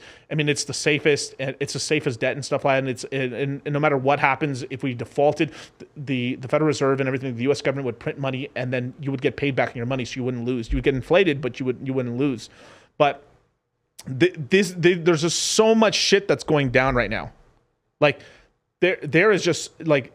I'm just telling you, man, the way they're setting this up is basically they need to lower interest rates down. So as we inflate up to $50 trillion by the end of the decade, 50 to 55. So right now we're at 31 to 33 trillion dollars in terms of the total U.S. debt right now. We're heading towards, by the end of the decade, that means by 2029, 2031, somewhere around that range, we are going to be at 50 trillion to 55 trillion dollars of total U.S. debt. So we need to lower the interest rates down for the United States government to actually pay this debt down, because if not, they have to increase taxes on everybody.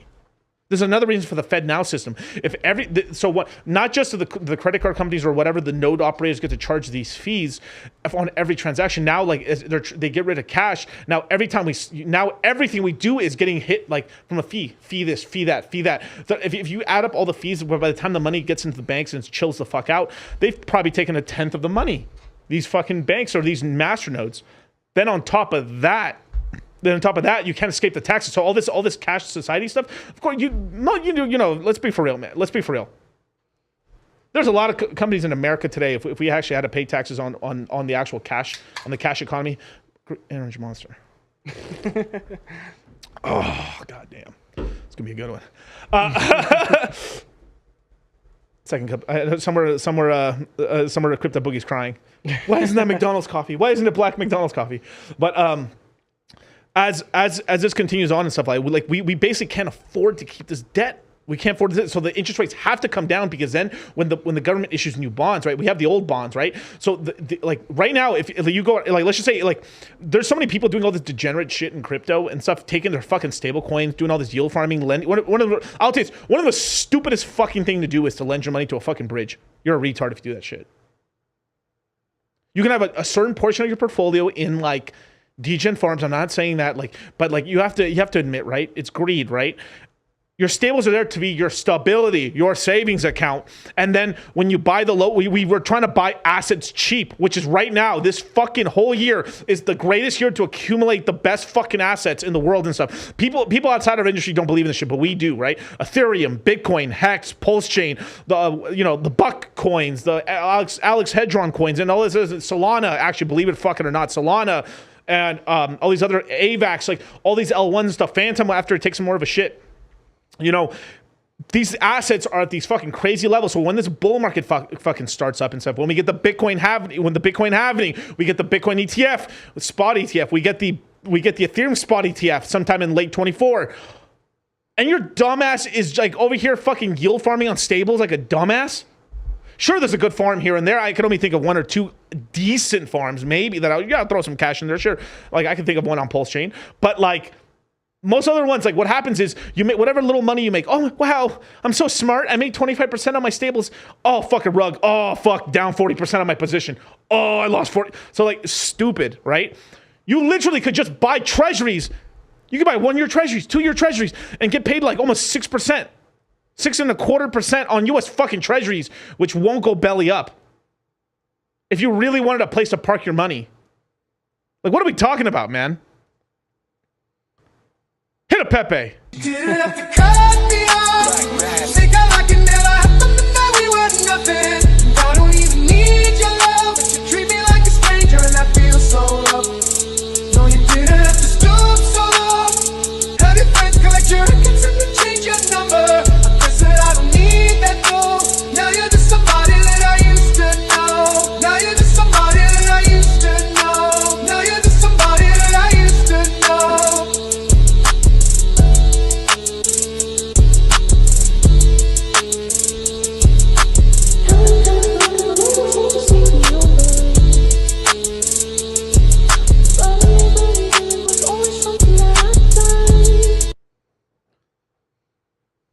Now, Daniel's right. There's a couple of good yield farms. Right? I don't talk about these yield farms very much. But I'm talking about stable. There's these stable pools, which is just stables. It's not you're pairing stables with the crypto. That's not what I'm talking about there. The DAI one's not terrible and stuff. There's a decent one on Flux. There's a decent one there. That's on the Pulse Chain side. Outside of that, the rest of them are garbage. Let me think anywhere else. I mean, there's a couple on Convex Curve and stuff you can borrow, and it becomes these advanced plays where you have to borrow on money to do this, to do that, to put money here, and aren't I smart? Right? Just to make these little returns versus you just buy the low, it fucking quadruples up, and then yeah. It's risk-free, Miguel. Is it really? There's always risk. On everything. And let's just say, even if let's say the chance of the U.S. government defaulting is basically zero, but there's always risk. There's risk everywhere. So it's sort of you're parlaying. You might, if you're sports betting, you make more. You're trying to hit these parlays. It's if you're going to be fucking degenerate, make the parlays, make the fucking giga plays that can make you tens of hundreds of X's, but while still having a portion of your portfolio in the sure bets, which is the Bitcoin and the Ethereums, which are like at the worst fucking case, Ethereum's going to get you about like a 4.5x from here. Ethereum's at least doing $8,000. If we just chode dick this shit, if we just limp dick this shit, no Viagra, no Cialis, just low T, limp dick this shit, right? Starfish this hoe. We're getting $8,000 on Ethereum. Worst case this cycle. That's pretty bad. More than likely we're hitting like 12 to 14, and if we fucking have a decent cycle, we're going 25, 27K on Ethereum, and that's on one of the two blue chips we have. The two blue chips we have. We got Bitcoin, and we got Ethereum, right? Or am I bad? We got Bitcoin or Ethereum. I'm watching the camera instead of my own fingers. Yeah. But instead of Bitcoin and Ethereum, then imagine this. Those are like the fat boys. They barely move because they're worth so much money. Imagine if you're in one of these new chains, Pulse chain, PulseX, anything in the rich or hard ecosystem, some of the good holy trinities, or maybe some of the unholy or some of the dark triad coins, you're gonna do really well. You're in some of these L1s, you're in some of these other good projects. There's a lot of new shit. You're in GMX, you're in some of these Arbitrum, you're in OP, you're in even fucking Doge with Elon or fucking Pepe, a small position and stuff. I'm not saying you can have a meme coin position, that's fine. Jesus Christ, you guys. The gains are insane. Yeah. And you're over here making the reason I'm not tripping is like, you see, stupid asshole, you should have been in stocks instead of crypto. No, you idiot. Let me tell you this. Watch. Let me oh, watch this. Imagine you have this guy talking shit, right? Okay. And the stock guy, he's like fucking the bitch, right? He's like finally making some gains. Here comes crypto taking his bitch right in front of him. Raw dogging. Cream pie. Within the day. Right in front of him. Whatever gains equities make, crypto just cucks it out. It's not even fun, bro. Like sure, we're talking about, oh, this stock is up 2, 3x, 4x, 5x. Like the average stock, even if it does really well, it's like doing if it did really good through a good cycle, it's like it's doing like a 5x, right? Maybe a 3x. And that's crazy because you picked the good stocks. Most people pick really bad stuff, and most people have their money in ETFs, right? 7%. 14%. Oh, gee willikers, man, I made 14% in the equities market this year. Oh boy, when will you learn, Batman? Right? Like, these Mickey Mouse voices, right? Yeah. But you have to kind of Blue's Clues this shit, right? You have to look at the clue in front of you, like bow, bow, bow, bow, bow, bow. The clue's right in front of you, right? If the equities do that shit, what do you think crypto will do? This is where you get 30x's on average. Like, even if you don't perfectly time everything, you don't buy everything right, but you're here right now, right? There's over 200 of you motherfuckers here right now, buying. You guys, in a year and a half from now, people are going to be saying this, lucky. I was just lucky. I mean, this guy's like the amount of people that shit talk me and shit talk other people and stuff. It's fucking hilarious, dude. It's like, oh, you're just lucky. I mean, you're just because you were here early, bitch. I've been here forever. Mm-hmm. What you mean? I didn't leave this whole bull market. I didn't leave the whole bull. I was here since 2016. Was here for the entire 2017 bull market. Stayed in 2019. Bought the fucking lows. Started YouTubing. Helped people get the 21 bull market. And here's most of the people that were my compatriots or I would say like a competitor or something. They all fucked off. We doubled and tripled down. I'm literally streaming and dropping more videos. I've dropped like something like 2,400 videos in this last year and some change. Yeah. Whatever little competitor I did have, they're fucking long and gone, dude. They're gonna be back here in a year from now, telling you to buy their new shit coin at the fucking top and shit. Exactly. Rinse and fucking repeat. But anyway. Restrictive and inflation moderates, we do increasingly face that risk. But, we need to see that inflation is durably down that far. As you know, we think, and most economists think, that core inflation is actually a better signal of where headline inflation is going, because headline inflation is affected greatly by volatile energy and food prices. So we would want core inflation to be coming down, because that's what we think core is signaling where headline's going to go in the future. And core inflation is still pretty elevated. There's reason to think it can come down now, but it's still quite elevated. And so we think we need to stay on task, and we think we're going to need to certainly hold policy at a restricted levels for some time, and we need to be prepared to raise further if we think that's appropriate.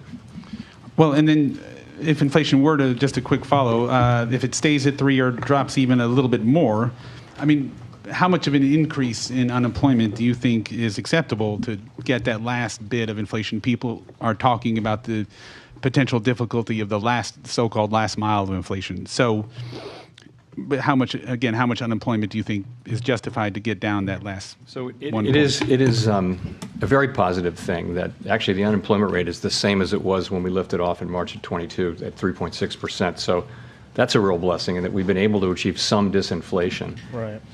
And we don't seek to. It's not that we're aiming to raise unemployment, but I would just say the historical record. We have to be honest about the historical record, which does suggest that when central banks go in and slow the economy to bring down inflation, the result tends to be some softening in labor market conditions. And he's being nice, but so it's historically, if they raise rates, this you have companies start laying people off, or some companies start going under, and we start having like technical difficulties in the equities markets and stuff like that. You just start having layoffs across the board, and this causes people to lose jobs.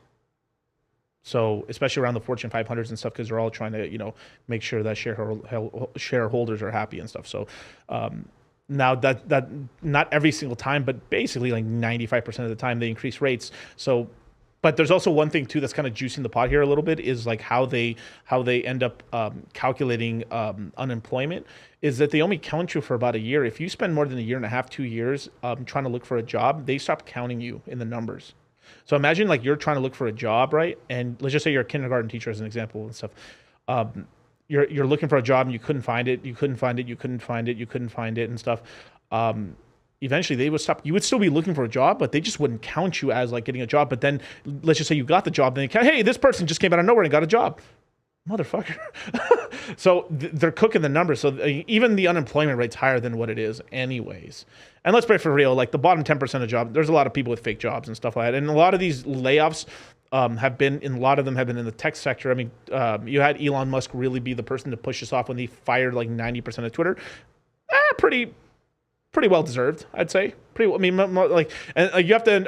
I'll probably maybe do this video later, because I've been thinking about doing this new series. I'm not going to say the name of it or like the thing of it, but I thought of a really cool series that I'm going to do once a week. That's going to be so dope. But a part of it was going to be like, there's all these chicks, a day in the life of as a computer analyst or this, and they're basically, these bitches were doing nothing. These white bitches, let's be for real, these white whores. Amber laughing in the back. But these white bitches were basically like, today I just woke from the bed, just woke from my bed right now. I have a zucchini lime water key lemonade that I got from the fridge and stuff at not Trader Joe's. What's that fancier one now? I forgot it's like really stupid. It's like overpriced bullshit. Not Whole Foods, but it's like it's supposed to be a level above, but more bougier. It's retarded. But anyway, they're drinking this shit. Then from there, basically their whole job was basically doing nothing. At no point were they showing them doing work or at all. This was really the top. I think that's what really caused all the firings.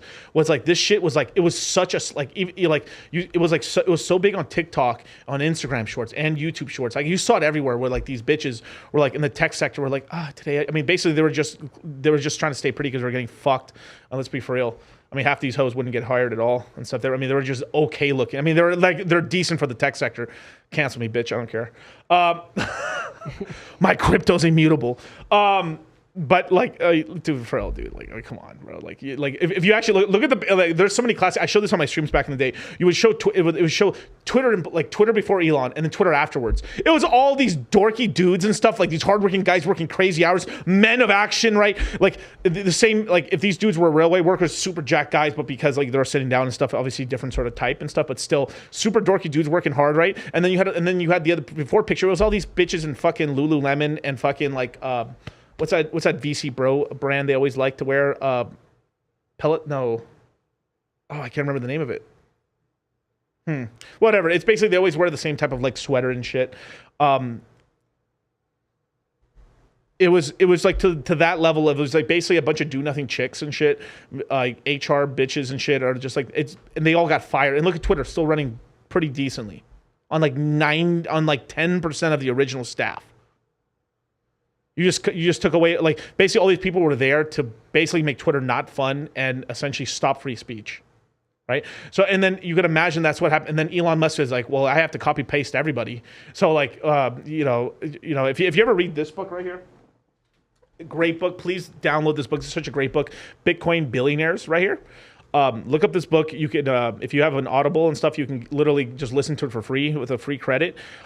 It shows how Mark Zuckerberg stole so much from the Winklevoss twins, the Gemini twins, right? The Winklevoss twins. He habitually steals all his ideas, like blatantly. Like, I mean, then he like, I'm not sure if he didn't fund it, but somebody funded it from Silicon Valley to make the twins look really fucking stupid when they're really hardworking, good dudes and stuff who've always supported the crypto industry forever and stuff. And they've even they're morally great guys and stuff. I haven't met them and stuff, but I would like to meet them. But like super tall Chad guys, basically really pioneered and expanded like rowing and stuff in America. There's tons of stuff. Like, go read this book; it's incredible. But like, it's fuck Zuckerberg and stuff. Now Zuckerberg versus Elon, right? Shit, I don't know, man. I mean, Zuckerberg's looking like, but they're on the sauce. Let's be for real. He's on the sauce. Of course. At his age, no. Let me tell you. Sure, you can be flat stomach with a little bit of abs, but you don't have like deep cuts like that and stuff. Like, no, he's on roids. TRT at least. Yeah. I'm telling y'all. But I'll show these videos on another episode or something like that. But I'm telling you, dude, like, these chicks is what started all the massive employments. You want to blame anything, blame these white chicks. Like, posting their fucking life, like, posting their life. And they're like these light-skinned Indian chicks, too. Let's be for real, because Silicon Valley is like a bunch of white dudes, Asians, and a couple of Indian dudes, right? Yeah. And you have these light-skinned Indian girls. They're always light-skinned, by the way. I don't know why. But they were posting their whole lives. This is what I'm doing. Basically, like, as I blissfully, like, they're like, oh, I just said hi to my employees and stuff like that, because of course they're not like the bottom of the barrel. Like, hi, I'm just saying hi to my employees, and then let me meander over here to the mess hall, made some food. Oh, I talked to some friends. Ha. I went to the medication zone and stuff. At no point they showed them doing any work at all. Basically, they just shouldn't show them getting fucking cream pied. Yeah. That's basically it at the job. They're just eye candy for the job. And then then their investors were like, yo, hold up, we're actually paying these chicks. Then they looked into it. Like, how much are we paying these hoes? $380,000 a year. How many of these hoes do we? Oh my god! And then, so blame the tech blender there. Hit a Pepe for that shit.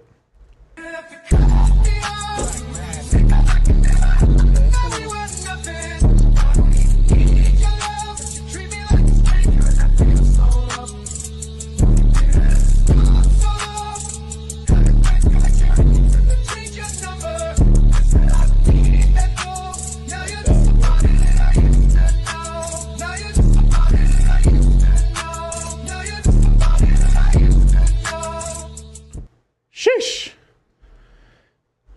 What is going on, you guys? I guess let's get back to this reaction, man. But everything I said was facts. It was true. If you search deep in your heart, you know. So that is still the likely outcome here. And we hope that that's as little as possible. We have to be honest that is the likely outcome. The worst outcome for everyone, of course, would be not to deal with inflation now, not get it done. Whatever the short-term social costs of getting inflation under control, the longer-term social costs of failing to do so are greater, and that the historical record is very, very clear on that. If you go through a period where inflation expectations are not anchored, inflation is volatile, it interferes with people's lives and with economic activity, and that's the thing we really need to avoid and will avoid.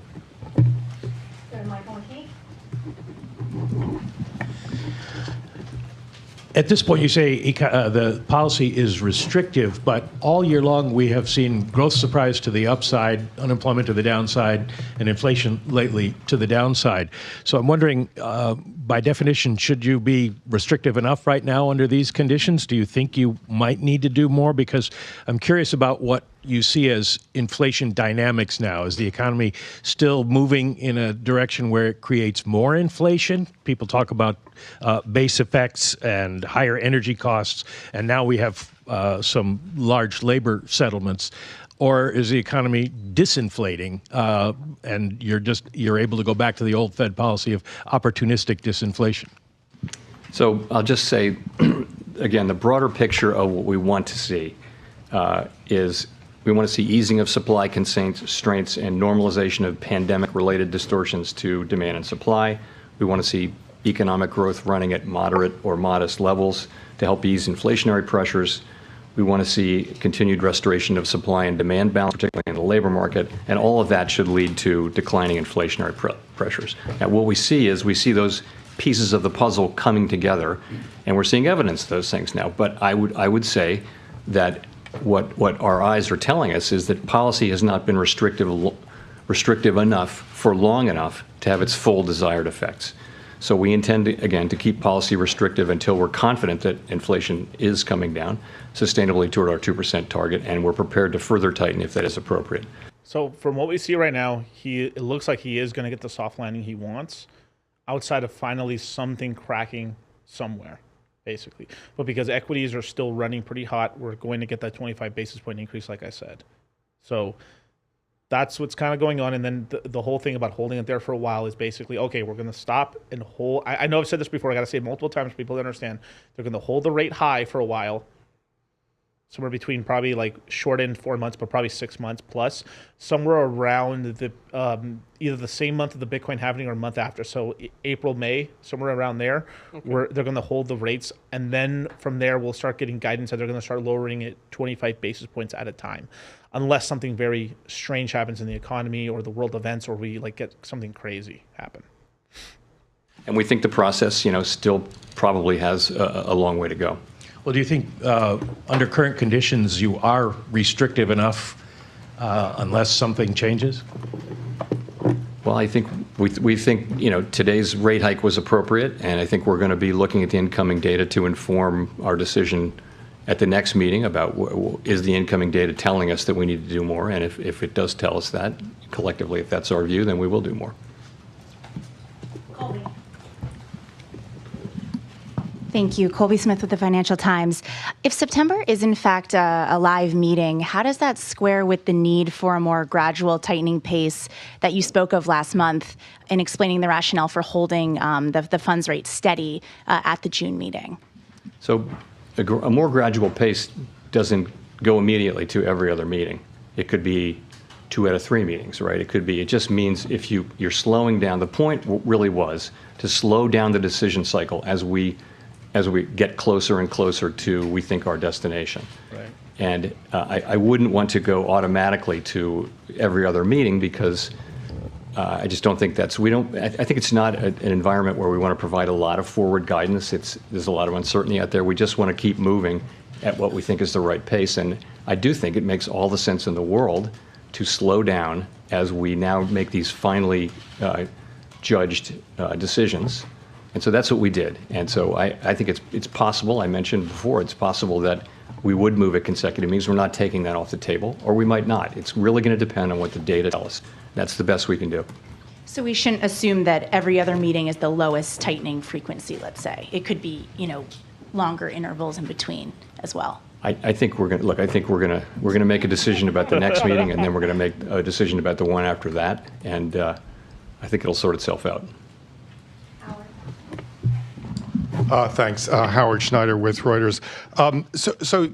Among your colleagues, there have been people who've said they feel that very little transmission has taken place so far from monetary policy into the economy, and there are those who feel, they say, it's happened very fast this time and it's kind of up to date. Where are you on that continuum? So there's a long-running debate about the lags between changes in financial conditions and the response to those changes from economic activity and inflation, right? So we know that in the modern era, financial conditions move in anticipation of our decisions, and that has clearly been the case in this cycle. So in a sense, the clock starts earlier than it used to, but that doesn't necessarily change the process from that point on, and it's not clear that it has. I'll tell you what we know and then what we don't know. We know that financial conditions affect economic activity and inflation with a lag that can be long and variable, or lags, plural, 6 to 9 long and months. variable. A lot of uncertainty around the length of the lags, and by the way, that's just one component of the broader uncertainty that we face. So I'll tell you how I think about this. The first thing to say is we're determined to bring inflation down to 2% over time, and we will use our tools to do that. No one should doubt that. I would look at it this way, though. The real federal funds rate is now in meaningfully positive territory. If you take the nominal federal funds rate, subtract a mainstream estimate of near-term inflation expectations, you get a real federal funds rate that is well above most estimates of the long. So what he's kind of talking about here is kind of like, so so if you're let's just go off the CPI number or whatever, the inflation's 3%. Okay. The bonds are paying 5.7 to 6% a year. So that means if you stake your money, if you hex stake your money into U.S. Treasuries for a year, 2 years, 3 years, depending on your ladder. What's that, Miguel? I don't know. Hexagons, I forgot. But I just gotta remind you guys, the ABCs, 1, 2, 3. I used to stake my crypto, 1, 2, 3. But besides that, no. But just going back to that, so if just going off of what you said, so if you do a 1-year stake, 2-year stake, 3-year stake in Treasuries, you are actually making money above inflation. So you're making money. Term neutral rate.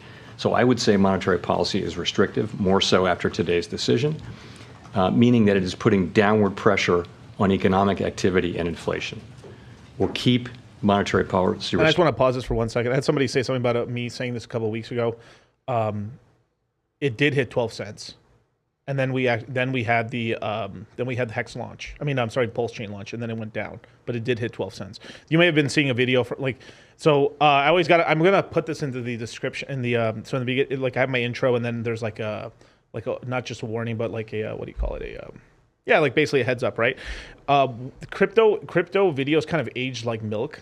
There's some really good, like there's a lot of truisms and stuff and like tried and true stuff inside my streams, but crypto prices move and events happen, right? So any video that's older than a month and stuff, like take it with a grain of salt, because unless we're looking at like future moon math for like something like a couple years out, but outside of that, like if you're looking for stuff like, oh, this might happen in the next couple months, something could change, and then the next video we're like, hey, we just adapted and we moved some things around, right? So that's kind of what's going on there. That's the one negative about crypto content, is that it ages like milk. It spoils like milk. So it sucks. But I try to say a lot of truisms, a lot of like dynamic DCAing, investing now. These are great. These all that's evergreen content. To talk about Fed stuff, pretty evergreen and stuff because it's locked in. But there's certain things when it comes to coin prices or events that just spoil like milk. Yeah. So it is what it is. Disclaimers. Thank you. Man, I love my chat. My chat's awesome. Restrictive until we think it's not appropriate to do so. So that's how I think about it. I mean, if I sum it up, I would say we've come a long way. We are resolutely committed to returning inflation to our 2% goal over time. Inflation has proved stronger than we and other forecasters have expected. And at some point that may change. We have to be ready to follow the data. And given how far we've come, we can afford to be a little patient as well as resolute as we let this unfold. On the credit side, I'm wondering if you saw anything in the latest SLOOS data that made you think you're getting a quantum of credit contraction beyond what you'd expect. The bank lending data really is the growth rates edging down towards and heading below zero, which is usually a recession indicator. So I guess the SLOOS will come out early next week, and I would just say it's broadly consistent with what you would expect. You've got lending conditions tight and getting a little tighter. You've got weak demand, and it gives a picture of pretty tight credit conditions in the economy. I think it's really hard to tease out how much of that is from this source or that source, but I think what matters is the overall picture is of tight and tightening lending conditions, and that's what this SLOOS will say. Rachel. Hi, Chair Powell. Rachel Siegel from the Washington Post. Thanks for taking our questions. Could you break down the reasons why inflation has fallen and what share of that credit you would give to factors that don't stem directly from rate hikes or that might be within your control at all, like easing supply chains and a drop in energy? Oh, that's a good question. Yeah. That's a great question. Huh. Let's hear what he says. Prices of the past year. Yeah. So the Barbie movie, it did really... No. He defers back. We invested heavily into Oppenheimer. Didn't do as well as the Barbie movie. The Barbie movie's stripping us 3x. We got rugged pretty badly, but we still made money. Barbenheimer. Yeah, you want to know something that's funny? Outside, this is so stupid. I learned this. The guy who played the main Oppenheimer guy. Yeah. He's going to be in the next Barbie movie. Oh. This is real. It was all this is real. Yo, it was all Inception, you guys. It was real. Down the reasons why inflation has fallen and what share of that credit you would give to factors that don't stem directly from rate hikes or that might be within your control at all, like easing supply chains and a drop in energy prices over the past year? Yeah. So, interesting question. So, let me start by saying that the inflation surge that we saw in the pandemic resulted from a collision of elevated demand and constrained supply, both of which followed from the unprecedented features of the pandemic and the response from fiscal and monetary policy. And we've always expected that the disinflationary process would stem from both from the normalization of those broad pandemic-related supply and demand conditions and from restrictive monetary policy, which would help return the balance between supply and demand by restraining demand. And we think that's broadly what we're seeing.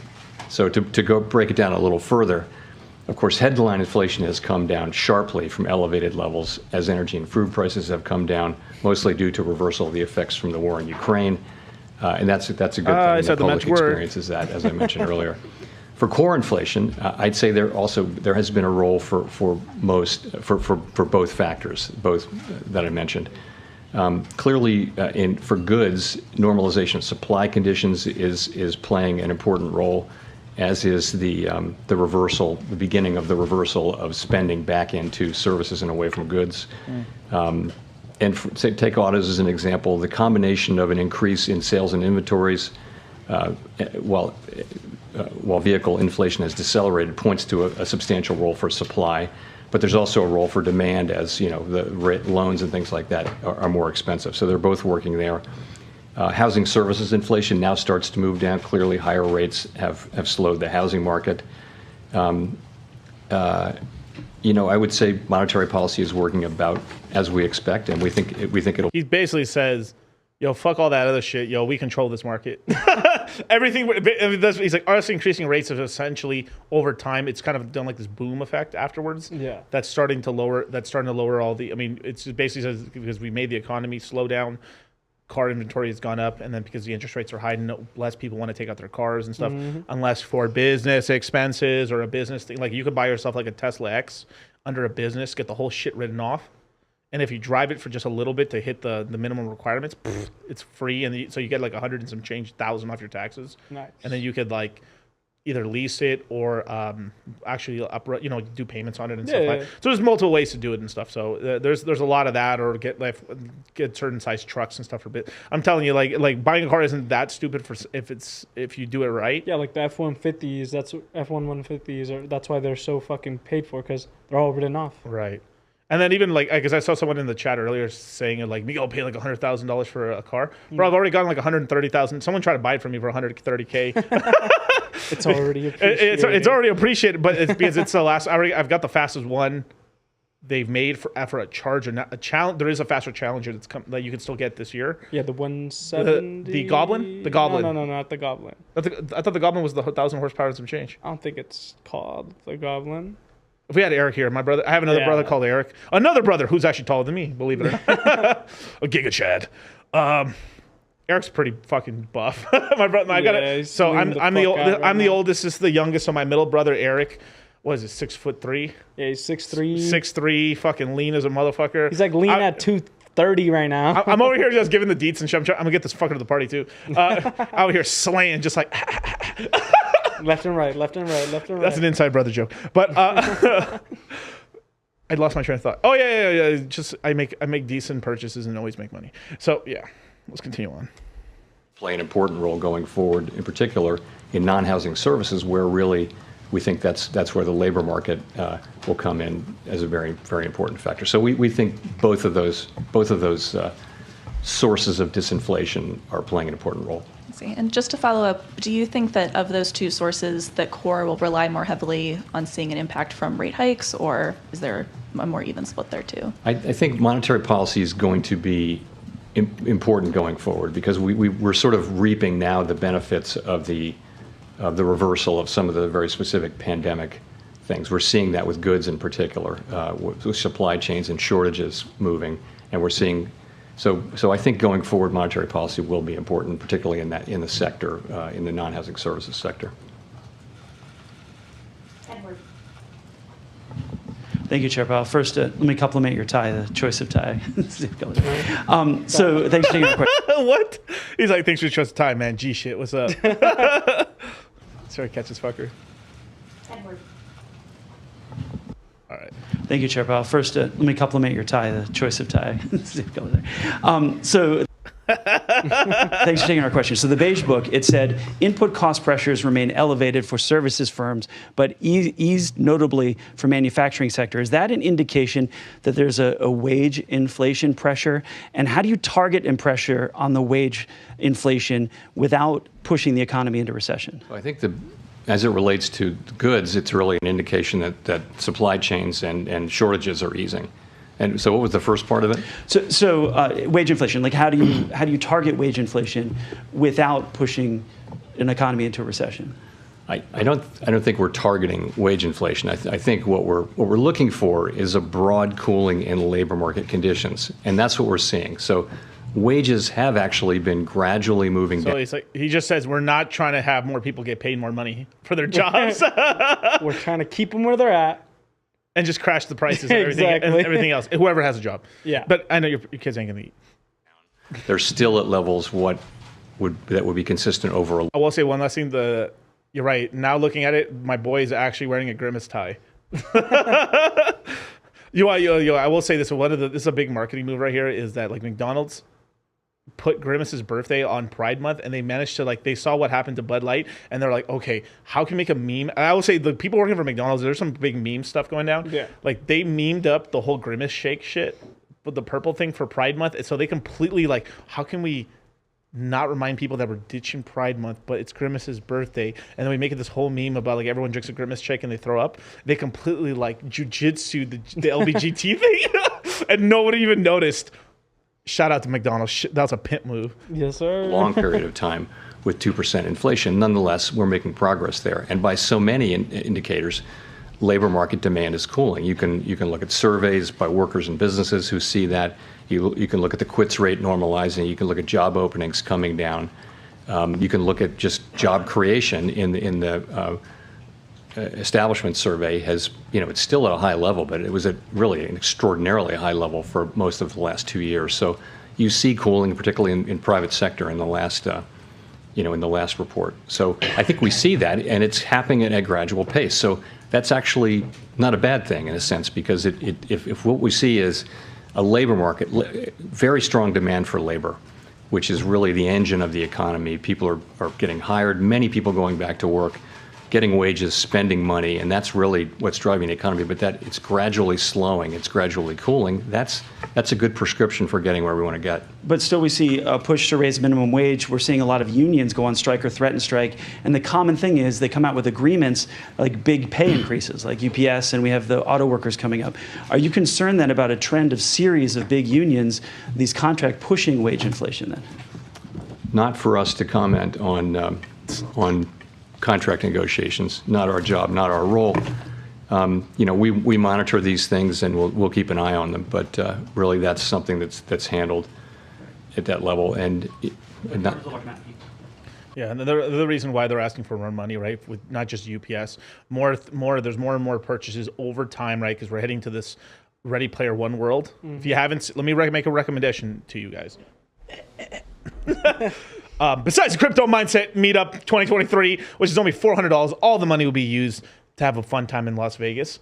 But besides that, right, I recommend to you guys Bitcoin Billionaires. Listen to an Audible, really great book. Another thing I'm recommending to you guys.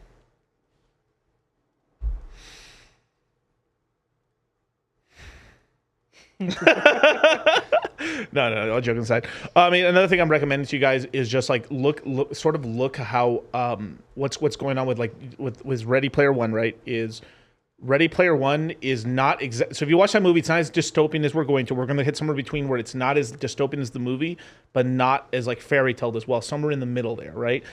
So if you watch Ready Player One, it's going to give you kind of an idea. Just think about there's cryptocurrencies and some of that shit there, but basically you get credits and you buy stuff and stuff delivers to your house. So as the moving of things is getting more complex. So these guys are being worked a lot, and there's more and more purchases over time being done over the internet and stuff. Apple Pay and all these other things. Half the time you're not even clicking, you just double click your phone, Apple Pay, and then it comes to your house. Yep. Magic. Right? So that's happening on that side. Then on the auto market side, right, is that we know how to make these cars through factories, but what's going on is that It's taking a higher caliber of person working at the factories to make electric cars. So because there's been this big giga push, this big giga push to push people into making electric vehicles and stuff. It's becoming technologically more advanced, and it needs a higher caliber of person. And still, and then even that, if you have these really crazy advanced cars and you're creating a new engine, it's becoming more technically advanced, right? So of course they're asking for more money. Yep. Of course.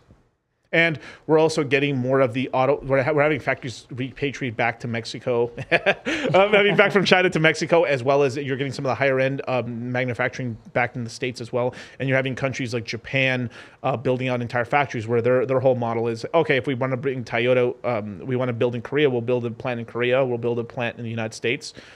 This is what's going down. There you go. Victoria. Hi, Victoria Guido with Politico. I wanted to ask about the SEP, which suggests that you would cut rates as overall and core PCE get to around or under 3%. And so I'm wondering, is the level of inflation what's sort of important there as you think about getting to 2% and when you might start cutting rates? Or is the speed at which inflation is falling also important? I think you'd take both into account. I think you'd take everything into account when you start cutting rates. It would depend on the whole, on a wide range of things. And when people are writing down rate cuts next year, it just is a sense that inflation is coming down and we're comfortable that it's coming down and it's time to start cutting rates. I think, but I mean, there's a lot of uncertainty between what happens, in the next meeting cycle, let alone the next year, let alone the year after that. So it's hard to say exactly what happens there, what's motivating people. So if it's sort of stubbornly in maybe the high twos, you wouldn't necessarily cut rates. I'm not saying that at all. I'm not giving you any numerical guidance around that. I'm saying we'd be comfortable cutting rates when we're comfortable cutting rates, and that won't be. Yes, if you actually looked at, I'm not going to rewind to the question, but if you look back when he said Politico, he was like, because he's got these shit talking motherfuckers. All right, got it. So he was already pretty serious about the question already and stuff. This year, I don't think. It would be, many people wrote down rate cuts for next year. I think the median was several for next year. And that's just going to be a judgment that we have to make then, a full year from now. And it'll be about how confident we are that inflation is, in fact, coming down to our 2% goal. A good part of Wall Street has become more confident that the Fed is going to be able to engineer a soft landing, and they've reduced their forecast for recession. And I'm wondering if the staff has changed its view on the likelihood of recession being likely, and if you personally have changed your view in terms of becoming more confident that you can achieve a soft landing. So it has been my view consistently that we do have a shot, and my base case is that we will be able to achieve inflation moving back down to our target without the kind of really significant downturn that results in high levels of job losses that we've seen in some past instances, many past instances of tightening that look like ours. That's been my view. That's still my view, and I think that's sort of consistent with what I see today. So, but it's a long way from assured, and we have a lot left to go to see that happen. So the staff now has a noticeable slowdown in growth starting later this year in the forecast, but given the resilience of the economy recently, they are no longer forecasting a recession. I just want to note that that our staff produces its own forecast, which is independent of the forecast that we as FOMC participants produce. Having an independent staff forecast, as well as the individual of our process, there's just a lot of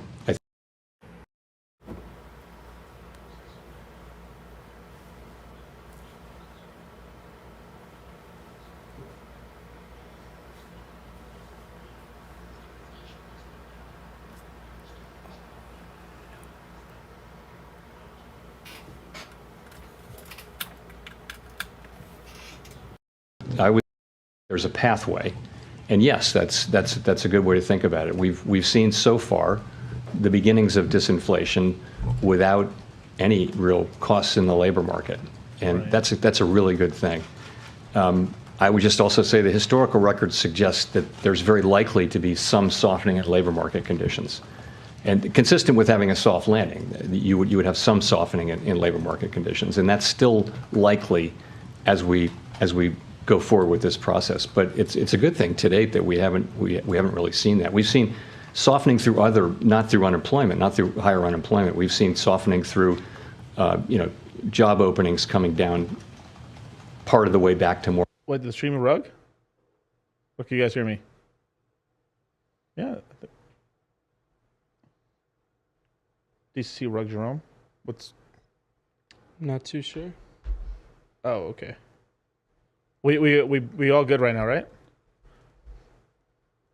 Type 1 in the chat if you can hear me. You see Jerome.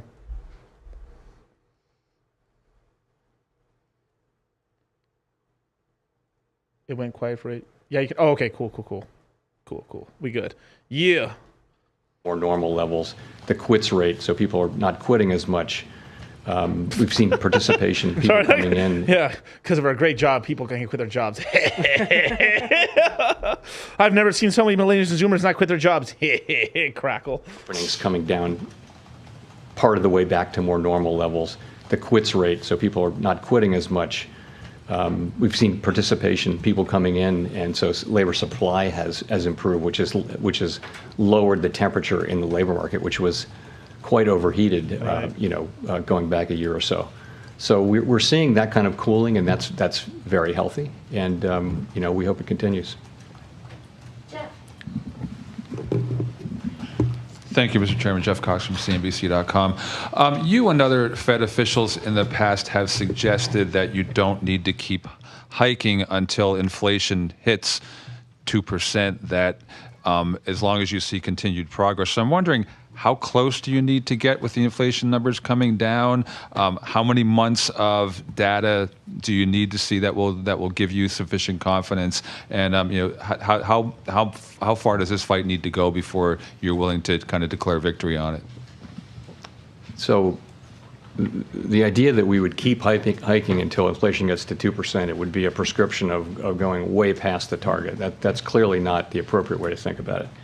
So, and what he's talking about there is just keep increasing rates until we hit the 2, but then because they've increased rates so much to hit 2, it'll go lower. Mm-hmm. So they got to be careful that they also don't go below 2%, because then they'll be afraid we'll go into disinflation, which is like every system fucking freaks the fuck out at that point. So yeah, there is that. This is why they've lowered the tightening down to 25 basis points. They're not. I don't think they're going to go to like 10 basis points or something crazy like that, but 25 basis points at a time, so they can judge it, so they don't go over tight. Because I think like basically 2.5%, they're going to stop 2.68, something like that. They're like, all right, that's enough, right? Because right now we're at 3, so they just a tad more.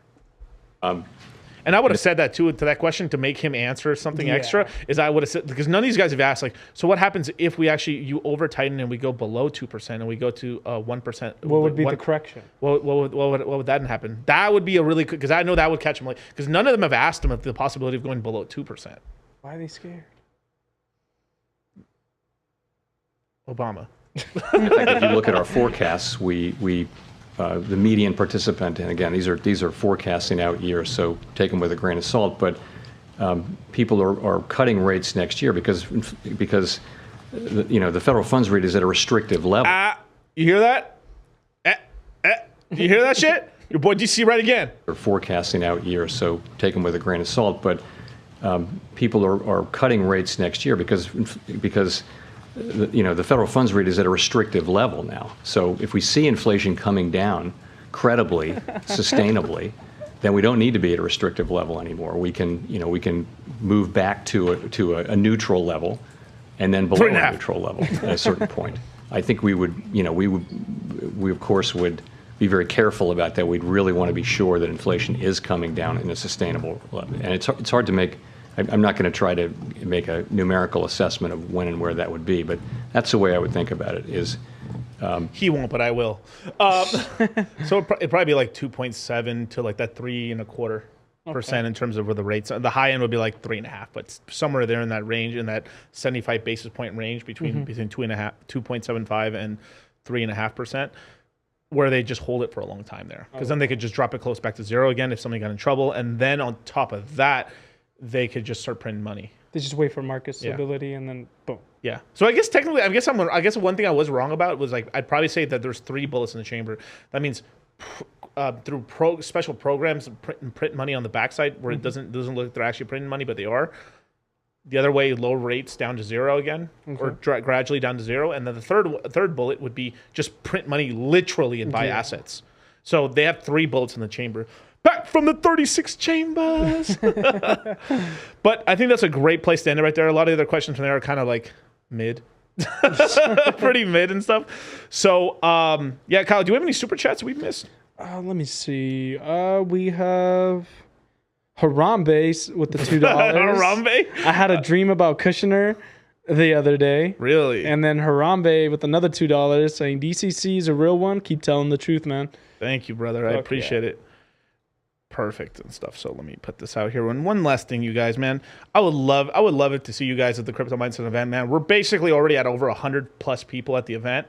It's gonna be a big one. Yeah. We're starting to like, woo! We're gonna have live camera crew. Don't worry, you guys. Protecting the innocent. Don't want you worry. Chink. But we're gonna have. It's gonna be all recorded and stuff, man. That theater is going to be packed, son. Packed.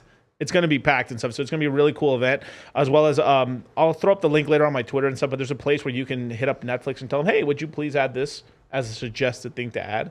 And it just to show Netflix more interest for the movie and stuff like that. But with that, man, thank you so much for joining me. I'll catch you guys on Saturday at 1 p.m. Pacific Standard Time. And I'm also streaming some other stuff, but it's being pre-recorded. But I got a Robert Kiyosaki stream coming up soon. Oh, shit. That's been recorded, as well as it's going to be released also on the Rich Dad Poor Dad network as well. So your boy doing moves out here. Maybe possible Zerka stream. Maybe. Just maybe. But with that, man, thank you so much for joining me, man. Kyle, thanks, man. Fuck yeah, man. Peace. Take care.